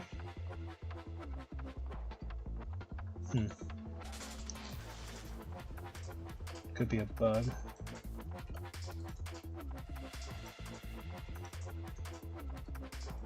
But nothing serious. Just slightly annoying.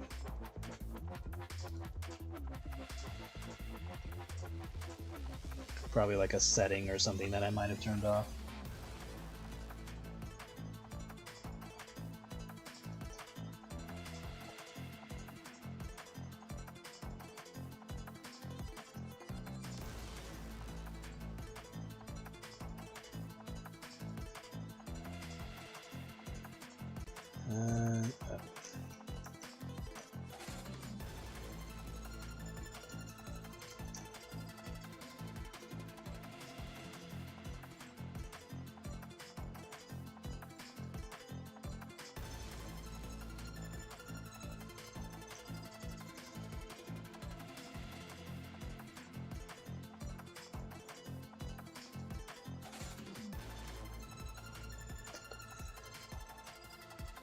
Okay, Nexus are closed.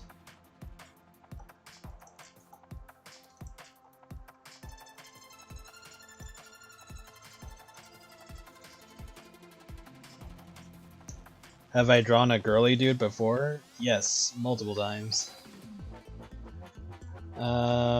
Here's one example as I grab it.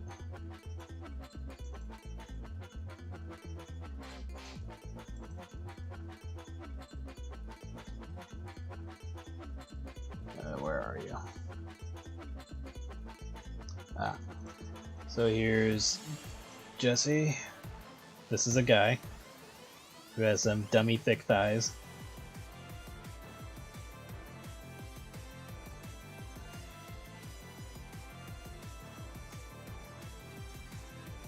There's also... where are you?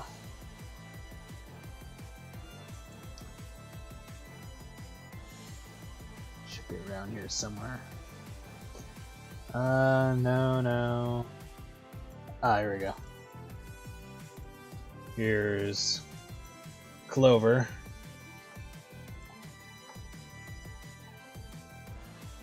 Clover is also one of those types of characters. I need to draw Clover's artwork. I've only drawn them in other artwork. I haven't made their official character art yet. I've got a few more. Close that. Don't need that anymore.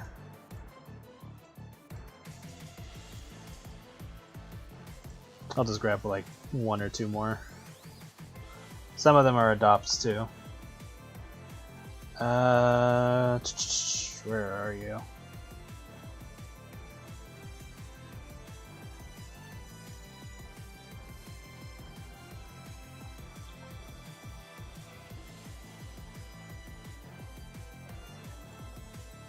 Here's another one.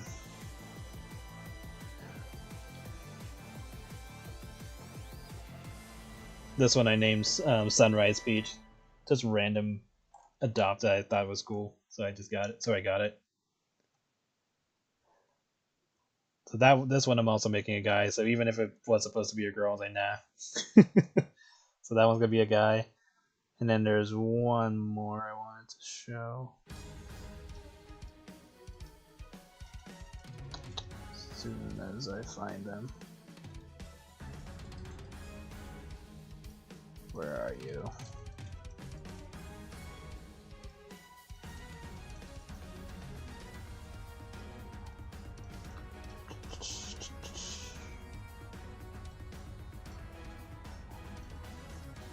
One of these days I'm gonna have to practice remembering names because I'm horrible with names.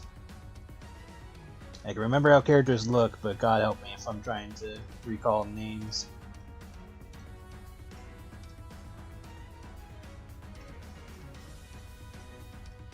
They're around here somewhere.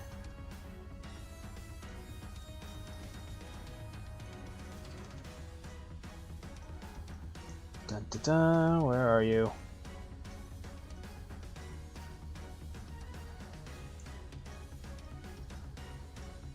Pretty sure I didn't pass you.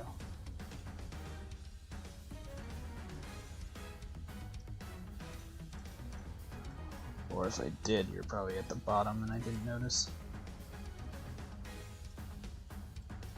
No. Or I could be thinking of a completely different character.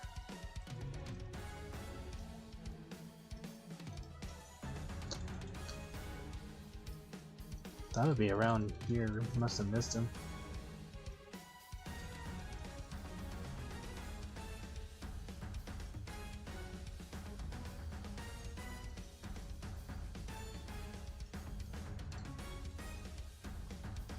Yeah, I probably have them in another folder.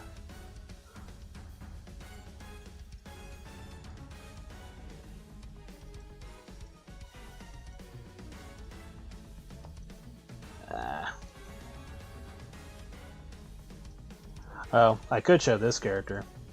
This one kind of. This one's interesting. So, this character.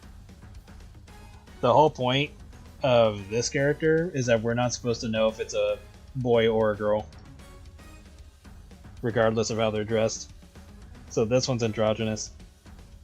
And like the joke that'll be whenever I use this character will be like, anytime something is supposed to reveal what their gender is, there's something in the way, or that if other characters figure it out, they're too vague to say what it is.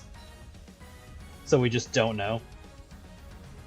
And that's like the joke with this character. So is it a boy or a girl? It's like, well, it's dressed like that. Yeah, but that's just a fashion statement. But that doesn't mean they're one gender or the other. And then if asked what they identify as, whatever their answer is will just get interrupted or bleeped out. Yeah. So this was the first official adopt I ever got. It was actually it was either this one or it was Lizzie. I want to say it was this one, but it was probably Lizzie officially. And Lizzie already has official artwork, or like artwork done by me, because this is Lizzie. But either Lizzie was the first or DJ was. I want to say Lizzie was the first, because I think she was the first one that caught my attention. But DJ was definitely like pretty much after her. But yeah.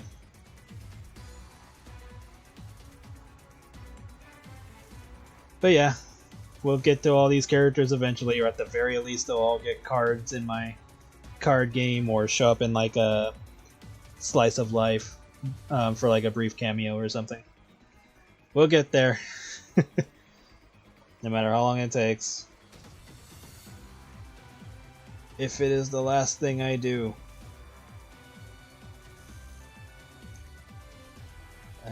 Spring. Hold on. Might want to use a variant of this color. There we go.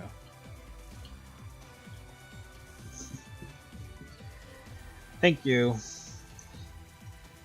And usually whenever I post them, like just their character art, I usually put a link to their original designers and all that. So when the time comes and I do post up their artwork along with mine, I'll post links to the people that made them too, that initially made them, so they can get credit.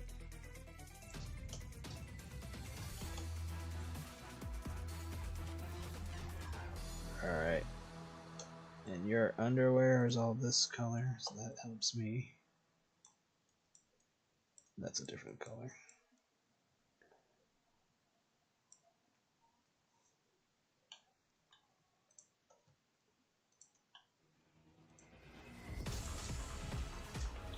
There we go.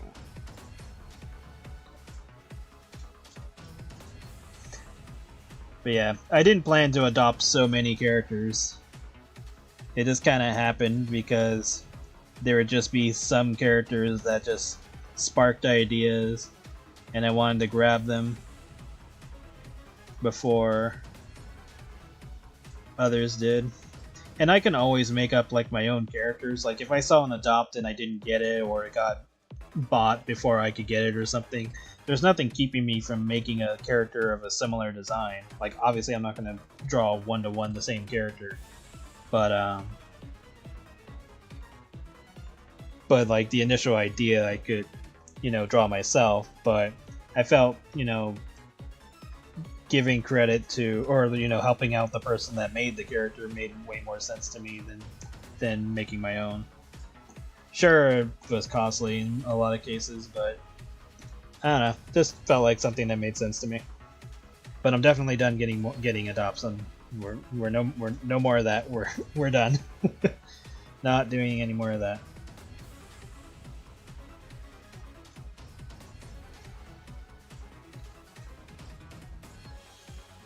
Oh yeah. Luckily, the majority, or pretty much every character in IHAT is a background character for World Gates, or like a side character in World Gates. Like, that's literally their purpose. So that's like another thing I don't have to worry about. It's like, oh man, I need background characters, and then I'll just, comb through the vast majority of Black Circus and IHAT characters, and maybe Creamfield if necessary, and use them because they do exist in World Gates as characters, or filler characters, and so if they ever need to be put into a background that makes sense for them to be there, then I can always use them for that.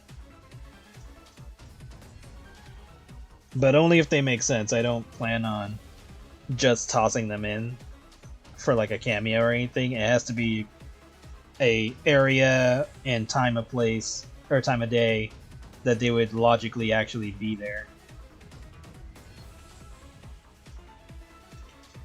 Because even if it's like a restaurant or something, if Marcy wouldn't normally be in the general area, then I wouldn't put her there. Because it just would not make sense for her to be there.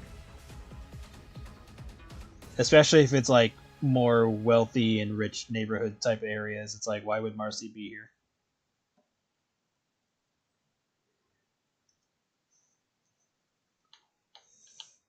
And then, of course, with the events of Marcy's story, the odds of us seeing Blake in certain spots vary depending on where she is in life. Because in Marcy's story, Blake ran away, so there's chances of us seeing her in the background, like, on the streets type of thing. And I forgot to do that, so let's do this way.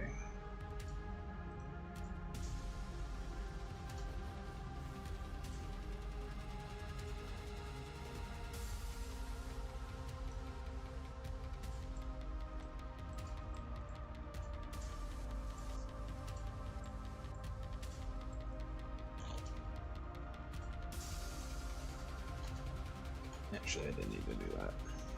I could just do this.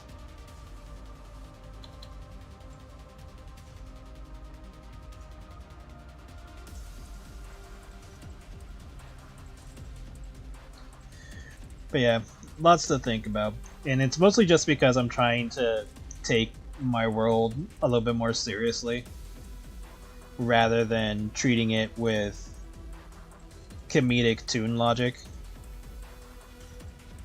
Because there's situations like, how do characters fit through doors and stuff if they're like, X size type of thing that I pay attention to. And I don't want to just make them fit for the sake of making them fit.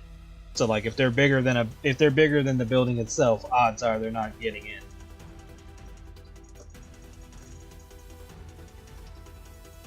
So I just want it to make sense. Yeah. Okay, she has the dark one on that side. Let me fix the liner just in case. So yeah, I just try to make what I want to happen fit the world, even if it's supernatural.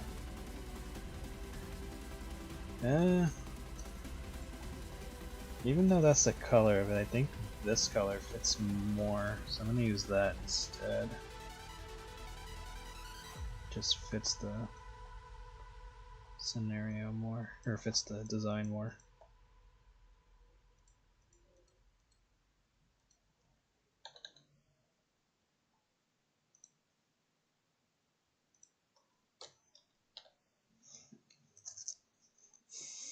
Marcy cross forklift. Well, her moving around is explained at least. Because if it was like a normal person who wasn't used to the weight that she is, they would be struggling.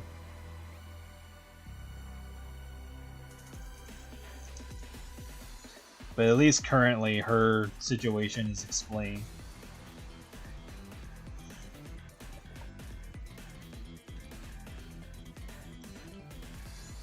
It's all the other fat characters that don't have her benefits that they have to worry about. Or that I have to worry about. Make them struggle. Which would be fun for some storylines. It's just like a character who decides to put on a bunch of weight, not realizing the drawbacks to it. Or at least not fully realizing. Like, they would probably figure, oh yeah, you know, it's probably going to be a little bit of a struggle. And then it gets to the whole, like, health problem genre.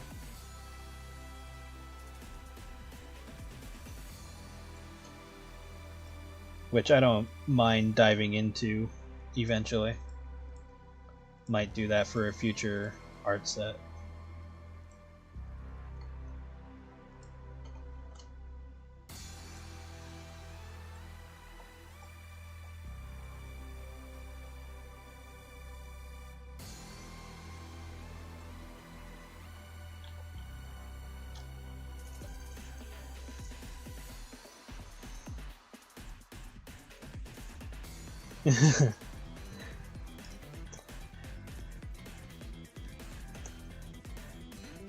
Yeah, but realistically in her story that ain't gonna happen, like, forever. Plus, you know, you gotta let the kitty roam around and get her food. Don't always have to have it delivered to her. You want to watch her show off in public. Which would be kind of funny for Lawrence. He'd be like, hot damn, this woman can just destroy a dinner table. Then, of course, you know, her ass could destroy a dinner table too, but that's all a different topic. But yeah, at some point I will make or use characters that are immobile and cannot leave. Because that's a whole other genre category. It's just with the current characters I have, or not have, but like the current characters are shown, they don't fall into those categories.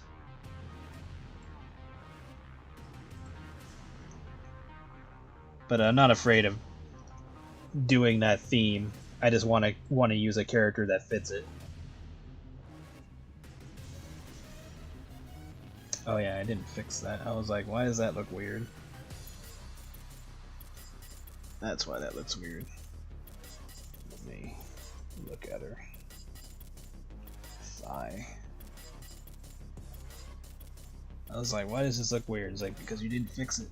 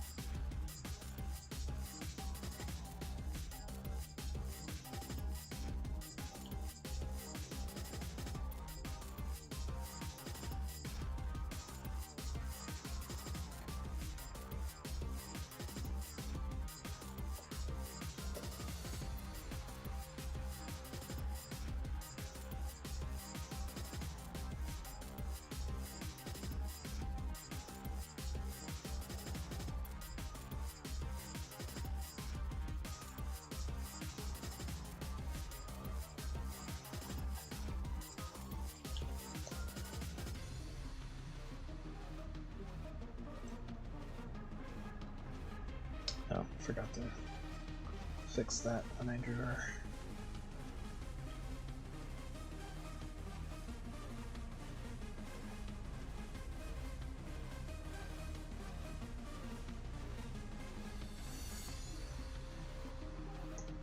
Okay, mixes the strings or gold or whatever this is supposed to be.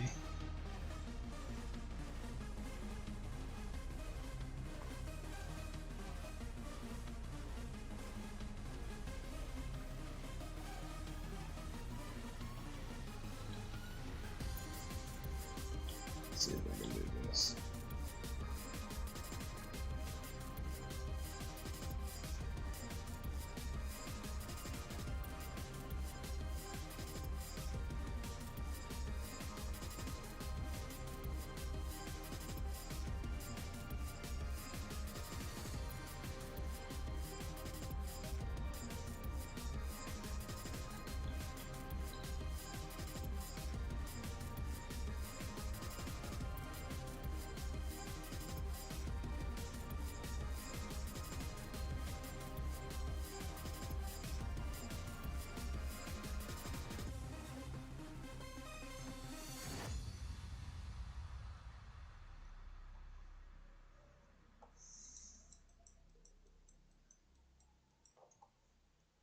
Oh yeah, forgot this part, the whole reason why you did that in the first place.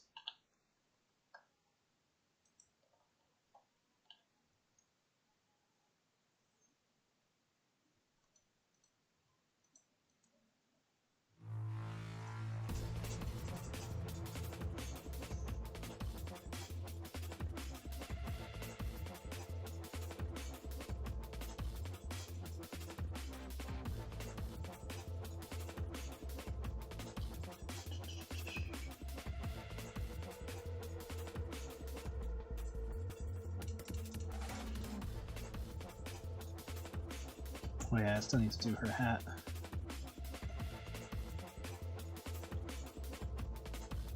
Almost forgot.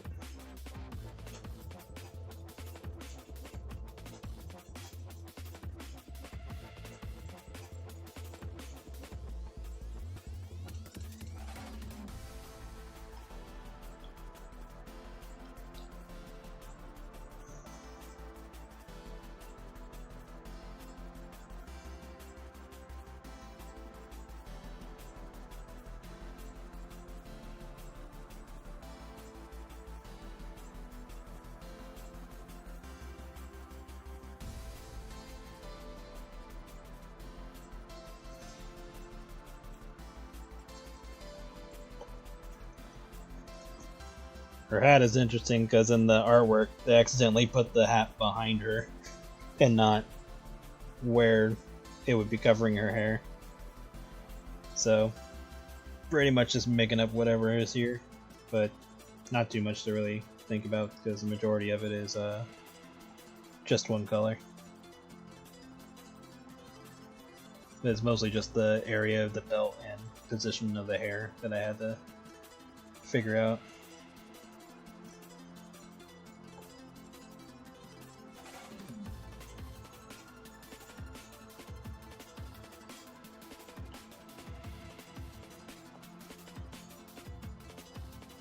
Yeah, which hats are awesome.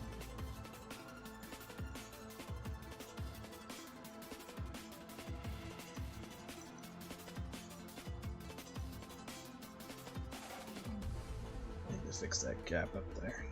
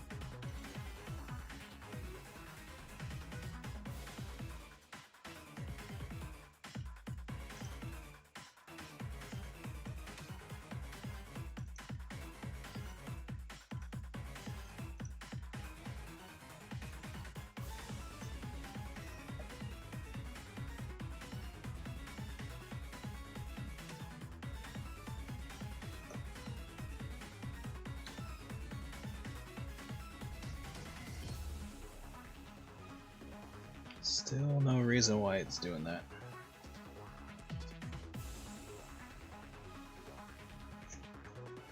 There must have been some sort of setting that I turned off by accident.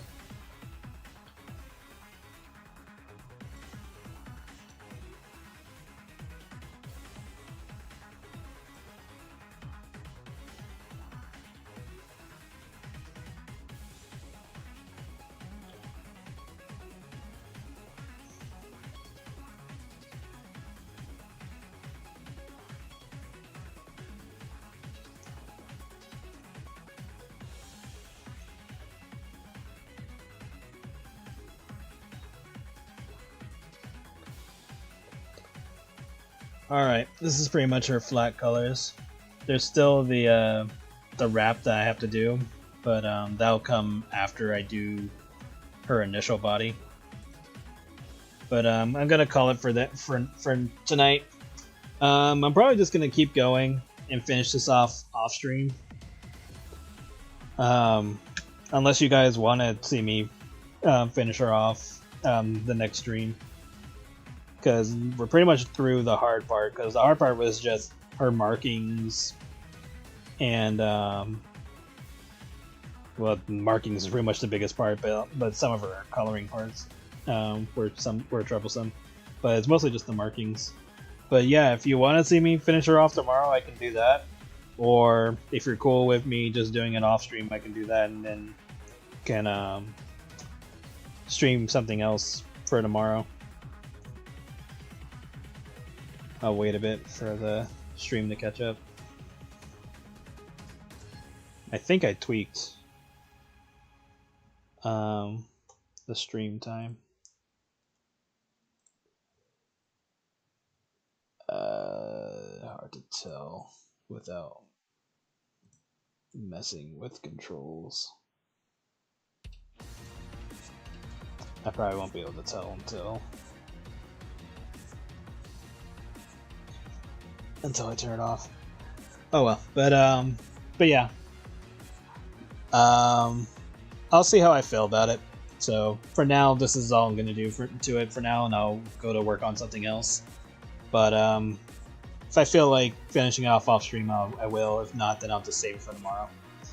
But yeah, thank you everybody for coming. I will stream again tomorrow at 9 p.m. Pacific time. Hopefully nothing will stop me, because every time I announce something, I always end up having to backtrack every once in a while. But yeah, I'd probably be available to watch tomorrow. Yeah, that's fine. But yeah, I'll see you guys tomorrow. And yeah, if I decide to finish this up tomorrow, then I will. But you guys have a good evening or day or whatever time frame you're in, and I will see you guys next time, alright? Bye-bye.